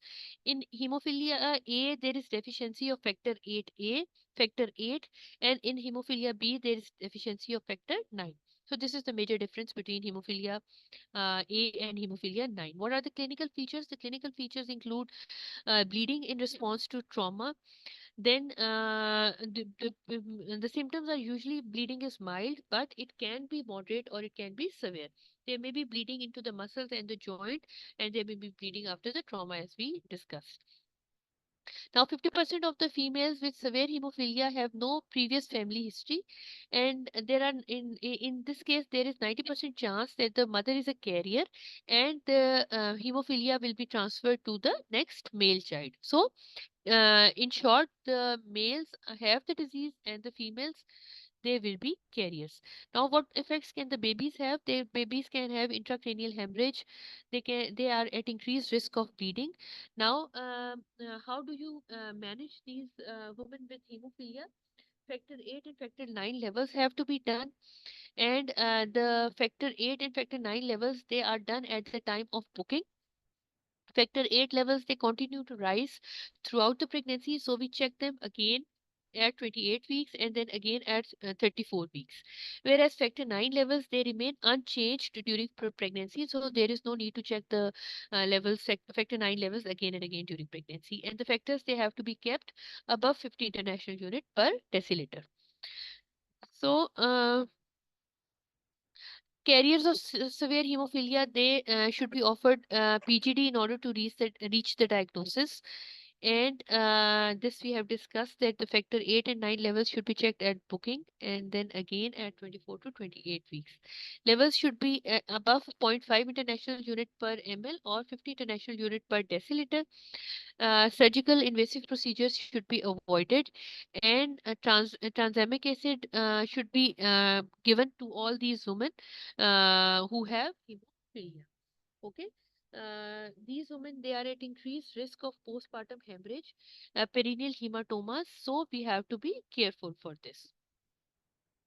Now, DDAVP or desmopressin can be used antenatally in order to raise the levels of factor 8 in the patient.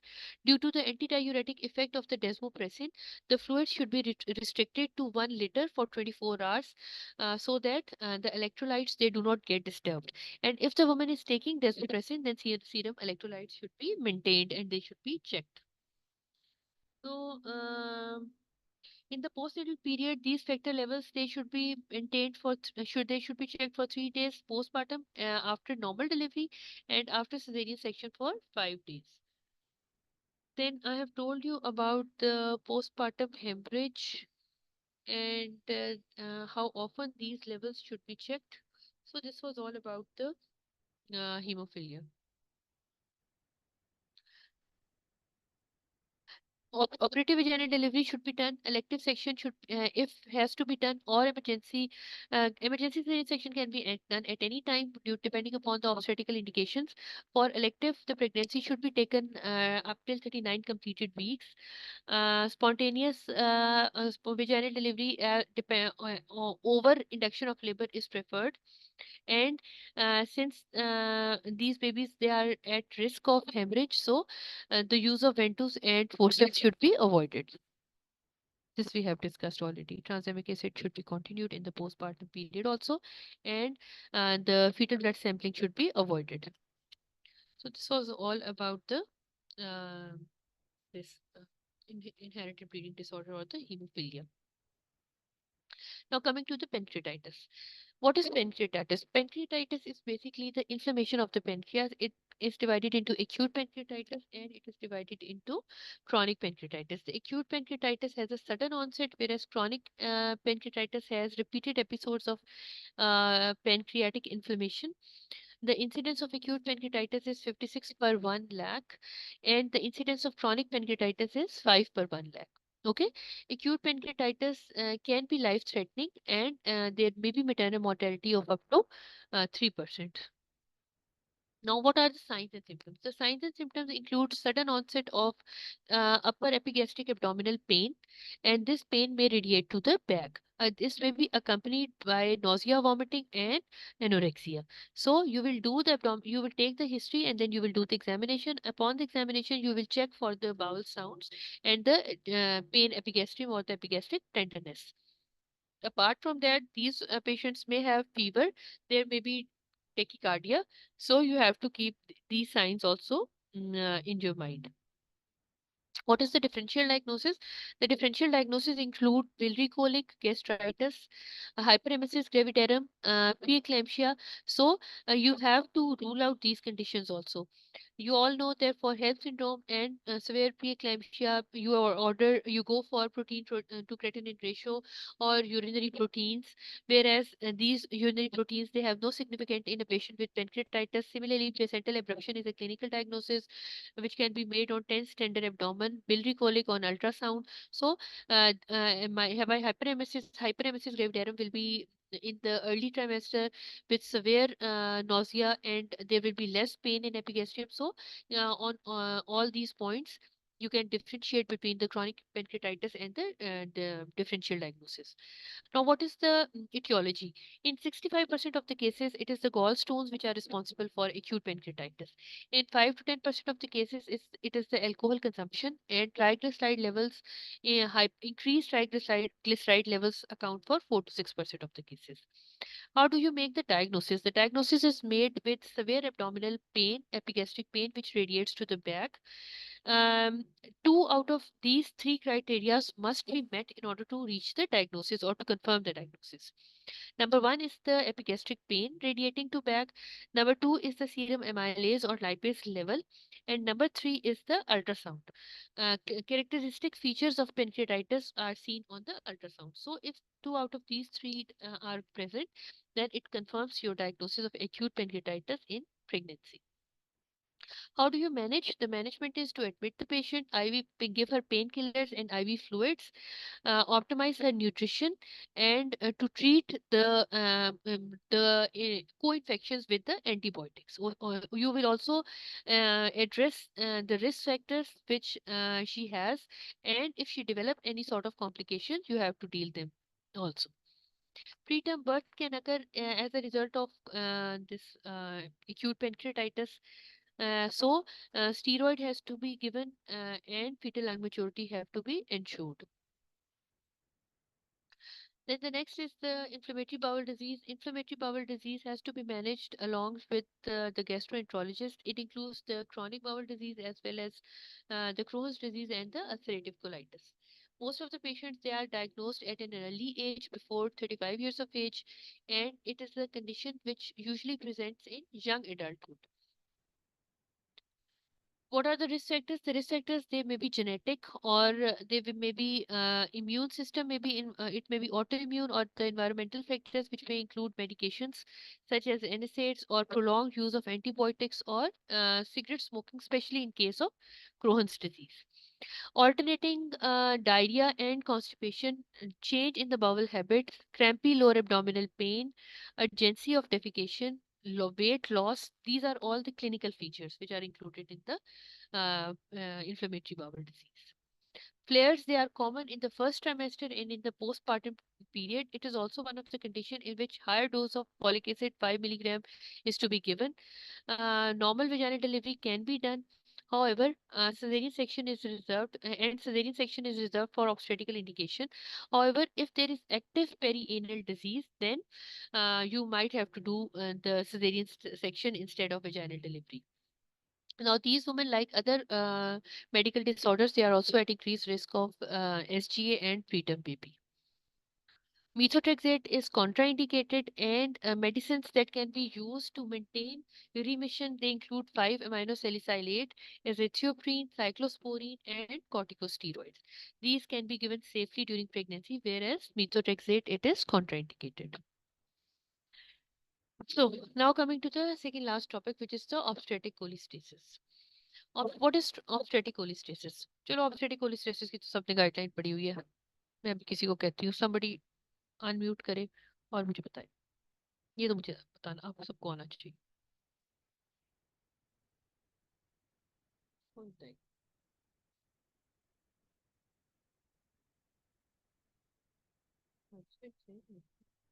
Amna, Heman, Kausar, anybody unmute yourself.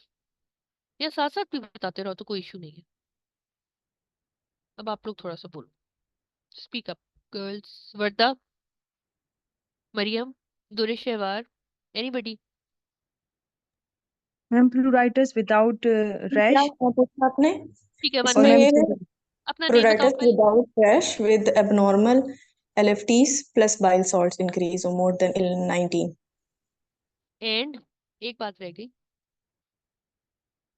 And third trimester में और without rash, without no skin disease ना हो उसको already. No, ये सारे points हो गए. 5 points से उनमें से 4 बता दिए. 1 इज लेफ्ट. Anybody else?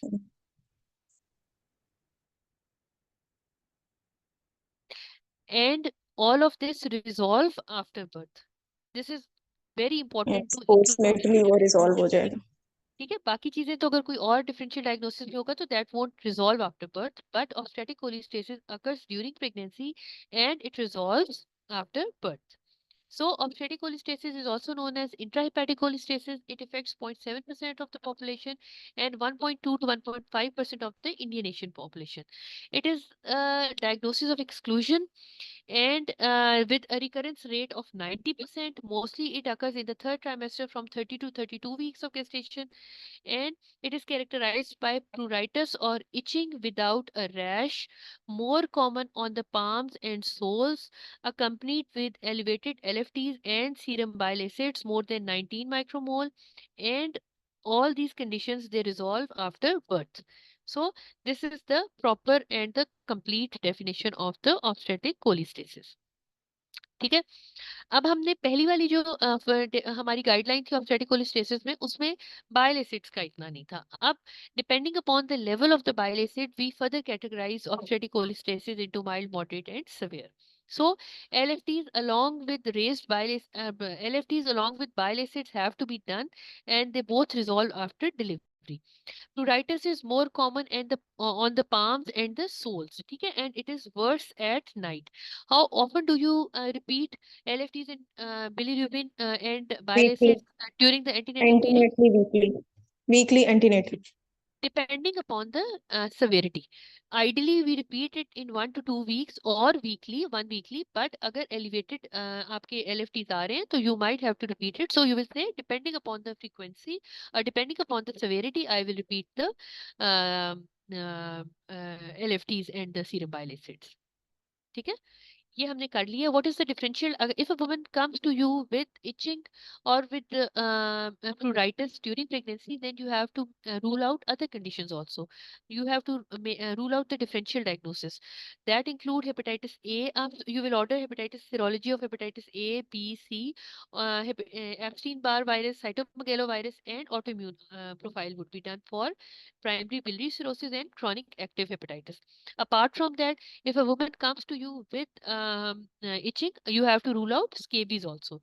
ठीक है, इसलिए आपने डिटेल्ड हिस्ट्री लेनी है, सारी वर्सनिंग की भी लेनी है, एरियाज को इंक्लूड करना है, whether it occurs in the groin area, in the underarms, in the axilla, or it is more common on the palms and soles, and then you will check the LFTs and bilirubin and you will make your diagnosis. And ma'am वो gestational प्रोराइटिस का कैसे पता चलेगा? बस simple उसको etching उस होगी?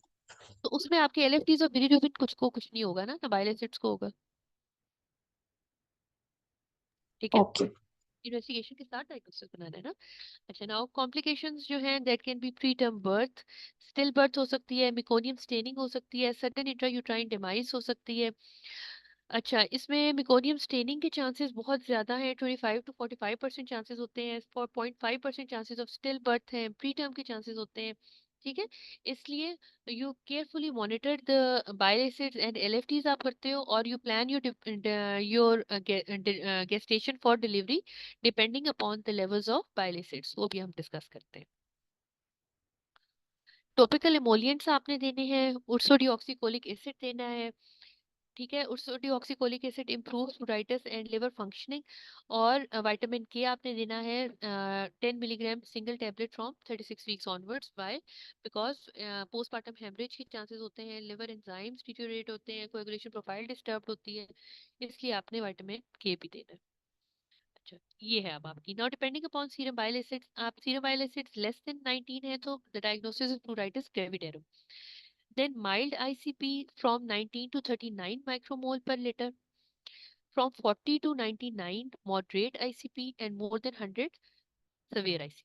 ठीक है, usually 1 to 2 weekly you repeat LFTs and bile acids, but अगर उनका rise ज्यादा है या patient ज्यादा symptomatic है, you can repeat it earlier than that as well. Timing of mode of delivery depending upon mild, moderate, severe या क्या है वो अभी हम आगे डिस्कस करते हैं. 39-40 वीक्स पे लेके जाना है, 37 से 38, या फिर आपने 35 to 36 वीक्स पे डिलीवर कराना है. ठीक है, जो आपका माइल्ड ICP आएगा जिसमें बाइल एसिड्स 19 to 39 है, उसमें you will take the pregnancy to 40 weeks with close monitoring, because we have already discussed that there are increased chances of meconium staining, stillbirth and IUD. Then from in moderate ICP, pregnancy can be taken to 38 to 39 weeks. इसलिए अब आपने अपने scenario में you have to check the bile acids. If the bile acids are given, then you will take the more timing of delivery according to them. And if the bile acids are more than 100, then the timing of delivery is between 35 to 36 weeks. This is the same chart. How should women be cared for in the future pregnancies? These women should be counseled that there are 90% chances of recurrence. So, baseline liver function test and bile acid concentration should be done at the time of booking. वैसे there is no indication to do booking bile acids and LFTs. We do the routine baseline investigation. लेकिन if a woman gives you history of intrahepatic cholestasis of pregnancy, then when she comes to you in the second pregnancy and the history is suggestive and the diagnosis at that time was made, तो फिर उसमें आपने booking पे ही करवा लेनी है. This guideline says तो ma'am hepatitis C करवाएंगे फिर अगर उसको पहले हिस्ट्री है अगर फिर है नहीं उसकी कराएंगे? नहीं फिर नहीं कराएंगे. वो आप उस सूरत में सारी डिफरेंशियल डायग्नोसिस कराओगे when the diagnosis is not confirmed. ठीक है. और उसमें ही आप देख लोगे कि बाइल एसिड्स हैं कैसे हैं, रेज्ड हैं. ये भी आपके थ्योरेटिकल पॉइंट ऑफ व्यू से है. जो आपके पास प्रैक्टिकली पेशेंट्स होते हैं उसमें बहुत लेस लाइकली होता है. बिकॉज क्यों लेस लाइकली होता है? Because OC usually develops in the third trimester. अब जब भी पेशेंट प्रेग्नेंट होके आएगी तो फर्स्ट ट्राइमेस्टर में तो बहुत लेस लाइकली है कि उसके एलएफटीज और सीरम बाइल एसिड्स जो है वो रेज्ड होंगे. लेकिन obviously since it is included in the new guideline now, तो आपको ये पता होना चाहिए और इसमें आपको फिर एमसीक्यू ना आ जाए, क्योंकि सॉल्व तो आपने अकॉर्डिंग टू इसमें गाइडलाइन ही करना है. नाउ आपने उसको पोस्टमार्टम कब फॉलो करना है? पोस्टमार्टम आपने उसके 4 वीक्स पे कराने हैं एलएफटीज.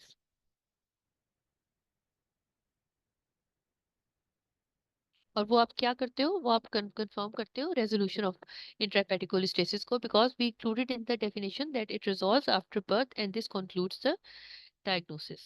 अच्छा, कॉन्टिन्यूस इलेक्ट्रॉनिक फीटल मॉनिटरिंग करनी है. These women, we should advise these women that they should be vigilant for the risk factors. Risk factors क्या हो सकते हैं? गेस्टेशनल डायबिटीज हो सकता है, प्री क्लैम्शिया हो सकता है. ठीक है. फिर उनकी मॉनिटरिंग उनके अकॉर्डिंग, उनके प्रोटोकॉल के अकॉर्डिंग होगी. बाकी ये वाली चीजें हम ऑलरेडी डिस्कस कर चुके हैं. These are the key points. Key points अच्छे हैं, ये इनको एक दफा रीड कर लेते हैं. Itching with normal appearance, no rash, with raised bile acid concentration of more than 19 micromole per liter, returning to normal in the postpartum period confirms your diagnosis. ठीक है. फिर है consider discussing the care of the woman with severe. अभी आपने mild, moderate, severe bile acids करा के उसको अपना डायग्नोसिस कंफर्म करना है. हेपेटोलॉजिस्ट से कंफर्म से कंसल्ट करना है. और you will counsel the woman regarding the antenatal care. ठीक है. और उसी के according you will tell her about the timing of delivery. Mode of delivery is not depending upon के how what is the number of mole acids, what is the concentration of bile acids. ठीक है. bile acids अगर 100 भी है और कोई indication obstetrical indication नहीं है, तो you can go for spontaneous vaginal delivery और induction of labour can be done. इसलिए मोड ऑफ डिलीवरी डिपेंड नहीं करता, timing of delivery depends upon the serum bile acid concentration. चलो. मैम कॉन्ट्रासेप्शन इसमें oestrogen वाली देनी है नहीं देनी? कौन सी वाली देनी है? ओसीपीज? ओसीपीज नहीं देने. ओसीपीज दे सकते हैं? नहीं, ओसीपीज जो है वो सिम्टम्स जो है वो आपके रिकर करते हैं, वो एग्रेवेट करता है, इसलिए आपने ओसीपीज नहीं देने. आपने, आपको अगर इस तरह का कोई एमसीक्यू आता है तो आपने प्रोजेस्टेरॉन और कोई और देखनी है कॉन्ट्रासेप्शन. जो फिर उसमें आपने देखना है कि they are asking about long term या फिर शॉर्ट टर्म, फिर उसके अकॉर्डिंग आपने एमसीक्यू सॉल्व करने हैं, ओसीपीज नहीं. चलो, hypertension, the last topic for today. What is hypertension? Hypertension is that is present. ये क्वेश्चन देख लें. नहीं, कोरोना रिवाइज कराना है. चलो फिर हाइपरटेंशन जल्दी जल्दी करो. हाइपरटेंशन क्या होती है? क्रॉनिक हाइपरटेंशन होती है, एक्लैम्शिया होता है, गेस्टेशनल हाइपरटेंशन होती है, या फिर प्रेगनेंसी इंड्यूस्ड हाइपरटेंशन, एक्लैम्शिया, प्री एक्लैम्शिया और chronic hypertension. Chronic hypertension increase blood pressure more than 140/90 either in the pre pregnancy time or before 20 weeks of gestation in a woman who is already taking anti hypertensive. ठीक है. ये हम सबको पता है. और इसमें chronic hypertension superimposed pre eclampsia हो सकता है, इसलिए प्रोटीन यूरिया हम करा के देख लेंगे. बाकी chronic hypertension can be primary, it can B secondary. Primary idiopathic, secondary में क्या कॉजेज हो सकते हैं? एंडोक्राइन कॉजेज हो सकते हैं, कॉकटेशन ऑफ फ्यूटा हो सकता है, या फिर फियोक्रोमोसाइटोमा हो सकता है. Eclampsia जो है that is associated with pre-eclampsia, gestational hypertension, new onset hypertension that occurs after 20 weeks of gestation without significant proteinuria. Protein to creatinine ratio अब हम कराते हैं, 24 आवर्स यूनिट प्रोटीन भी कराए जा सकते हैं, अप टू 2300 मिलीग्राम पर 24 hours is normal, more than that जो है फिर हम उसमें अगर प्रोटीन यूरिनरी प्रोटीन्स आपके प्लस प्लस आ रहे हैं in a patient with increase blood pressure तो उसमें आप फिर क्वांटिफाई करा लेते हो। अब आपने एमसीक्यू में देखना है, अगर प्रोटीन टू क्रेटिनिन रेशियो उन्होंने कहा है तो उसके अकॉर्डिंग सॉल्व कर लो, और अगर 24 आवर्स का है तो फिर उसके अकॉर्डिंग आपने सॉल्व करना है। अच्छा, इसके अलावा what is included in the, अच्छा प्रोटीन टू क्रेटिनिन रेशियो की आपके वैल्यू है 30 मिलीग्राम पर मिलीमोल। अच्छा, other organ systems can be involve such as RFTs disturb हो सकते हैं, एलएफटीज हो सकते हैं, ब्लड में आपका डीआईसी और थ्रोम्बोसाइटोपिनिया हो सकता है, और रीनल इंसफिशिएंसी आरएफटीज डिस्टर्ब होंगे, क्रेटिनिन ज़्यादा हो सकता है, urine output can be decrease, ALT and AST can be more than 40 international unit per litre, और the patient can present with severe signs and symptoms. Severe signs and symptoms जो pre-eclampsia के क्या आ जाता है, headache, blurring of vision, epigastric pain, nausea, vomiting, right hypochondriac pain, ठीक है, ये सारे अगर पेशेंट कॉम्प्लिकेट हो रहा है तो ये सिम्टम्स होंगे। ऑल्टर्ड मेंटल स्टेट है, ब्लाइंडनेस है, what is the most common presentation among these symptoms, most common is the headache. Haematological complications can include thrombocytopenia, help हो सकता है, हेमोलिसिस हो सकता है which can result in elevated liver enzyme, platelet low count हो सकता है, platelet count will be lower than 150 और as a result of hemolysis disseminated intravascular coagulation हो सकती है। ये सब साइंसेस हमने पहले ही कर लिए। फिर you have to advise the woman 75 milligram 1 tablet a day aspirin, ठीक है, depending upon the risk factors. Risk factors आपने वन रिस्क फैक्टर देखना है, अगर इनमें से one of the risk factors is present तो you will start low dose aspirin there and then. What are these high risk factors? They include hypertensive disease during a previous pregnancy, chronic kidney disease है, APLS SLE है, या type 1 type 2 diabetes और chronic hypertension. इनमें से any one risk factor is present, you will start with the low dose aspirin 1 tablet 75 milligram. और इनमें से these are the moderate risk factors. इन मॉडरेट रिस्क फैक्टर्स में if more than one is present, अगर one है तो high risk थे which we discuss previously, और इनमें से अगर वन और मोर देन वन है, like they can be two, they can be three, तो you will start with the, मतलब आप उनको काउंट करोगे। फॉर एग्जांपल एक पेशेंट है जिसका pregnancy interval more than last child born 10 years है and she has multiple pregnancy this time, तो there are two risk factors, so you will start with low dose aspirin. Now, what is your target? Target is to keep the blood pressure less than 135/85. What is the drug of choice? The drug of choice is the labetalol. And what is the second line? The second line is the calcium channel blocker or the nifedipine. And the third line is the methyl dopa. अब आप करते क्या हो? You start with the labetalol, then you continue or you go on increasing the dose of labetalol, and if still the blood pressure is not controlled, you add second antihypertensive which is the nifedipine, and then अगर उससे भी control नहीं होता तो फिर आप करते हो मिथाइल डोपा। इनके साथ साथ साथ if you make sure that the steroid cover is given and if the patient develops deterioration और she develops signs and symptoms या लैब इन्वेस्टिगेशन डिटेरियोरेट होती है तो you plan delivery of the patient. फिर उसमें आप ये नहीं करते कि आप you continue to go on increasing और फिर उसमें आप वेट करते रहो, फिर उसमें आप पेशेंट को डिलीवर कराते हो। What is the timing of birth? Timing of birth is after 37 weeks of gestation in a woman with chronic hypertension who has not developed any complication and the blood pressure is optimized. ये आप सबको पता है। Blood pressure की पहले आप mild moderate severe करते थे, अब देर आर टू कैटेगरीज, उसके अंदर आपका आ जाता है माइल्ड और मॉडरेट एक कैटेगरी में और सवेयर हाइपरटेंशन दूसरी कैटेगरी में। Severe hypertension patient has to be admitted whenever the blood pressure is or 160 or more than that, then you have to admit the patient. IV policies दोगे आप, 15 minutes में आप blood pressure monitor करोगे and you will monitor her for the signs and symptoms. अगर less than that है 140 90 मतलब 160 110 से less है तो उसमें you do not have routinely to admit such patients, ठीक है। एंटी हाइपरटेंसिव आपके सेम है। Baseline investigation include complete blood count, LFTs and RFTs. If there is no complication, then you can repeat the investigations after 1 week.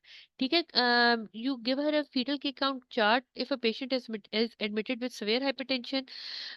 Ultrasound is done for fetal growth biometry and amniotic fluid volume.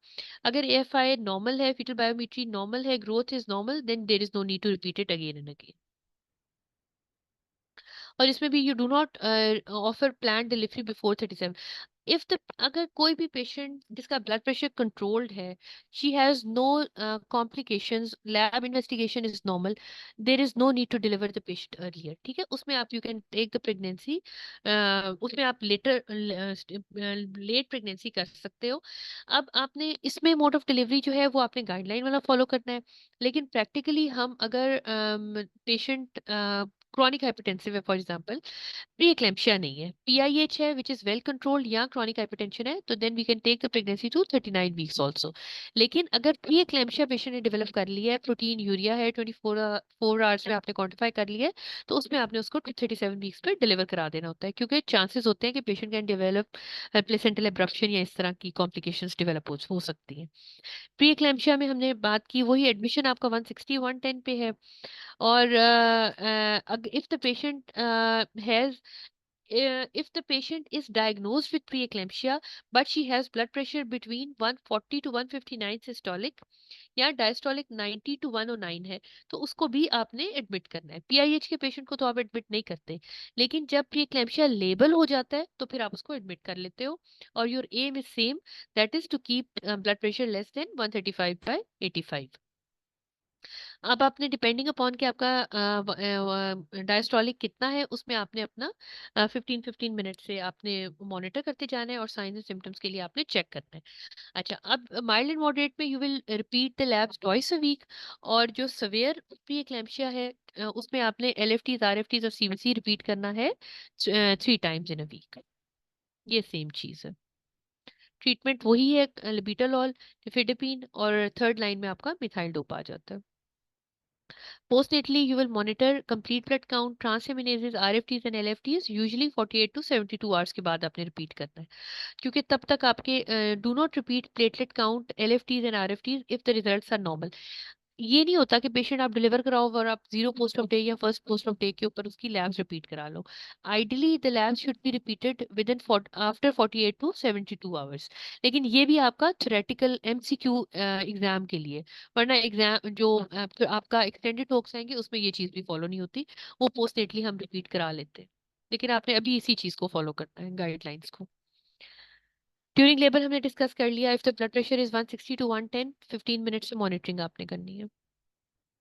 The drug of choice is same, IV libitalol और IV hydralazine आप दे सकते हो to decrease the blood, to lower the blood pressure, या oral nifedipine can be given.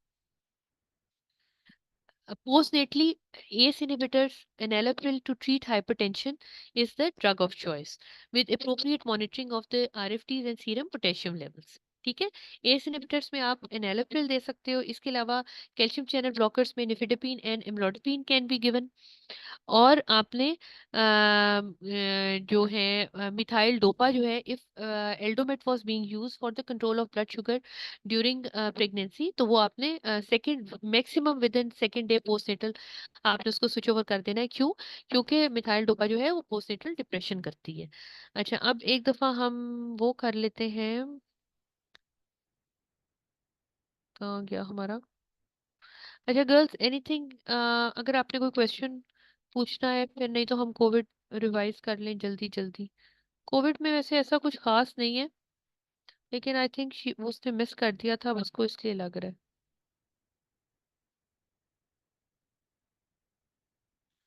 अच्छा, दूसरा ये है कि ये आपको इसकी वो भी मिल जाएगी, this is all recorded session, ठीक है। वैसे कोविड-19 में सार्स कोव 2 है, साइंस एंड सिम्टम्स का fever, sore throat, dyspnoea, you should know. इसमें important is the loss of sense of taste, first trimester, second, third, किसी में भी हो सकता है। Common is in the third trimester, 35 years और ओल्डर में मोर कॉमन है। Those who are not vaccinated, आप इनफर्टिलिटी का कोई रिस्क नहीं है। पोस्ट नेटल भी आप किसी टाइम पे करा सकते हो, किसी ट्राइमेस्टर में करा सकते हो, और before conception when you are trying to conceive उसमें भी करा सकते हो। Delta variant is associated with severe disease, and Omicron is associated with contagious or it is infectious, ठीक है। बाकी जो कॉम्प्लिकेशंस हैं वो स्टिल बर्थ, एसजीए और प्री टर्म है। Vaccination strongly recommended at any time in pregnancy. Breast feeding को avoid नहीं करना, ब्रेस्ट फीड आप कर सकते हो। थ्रोम्बोटिक स्टेट है, सो आपने low molecular weight heparin advice करनी है, and it should be continued 6 weeks postmortem, at least 6-10 days के लिए आपने जरूर देनी है। ठीक है। What are the signs of deterioration? Signs of deterioration में है when a patient requires oxygen, या फिर आउटपुट आपका डिक्रीज हो जाता है, ऑल्टर्ड स्टेट ऑफ कॉन्शियसनेस हो जाता है, या फिर पेशेंट टिकिप्निक हो जाता है। बस ये इंपॉर्टेंट बातें थी। चलो girls, thank you very much. I hope you found this session beneficial. कोई क्वेश्चन नहीं है तो I will leave. You can get the recorded session of recording of this session also. Okay. 6 weeks, at least 10 days. Thank you, girls. Thank you, Visma.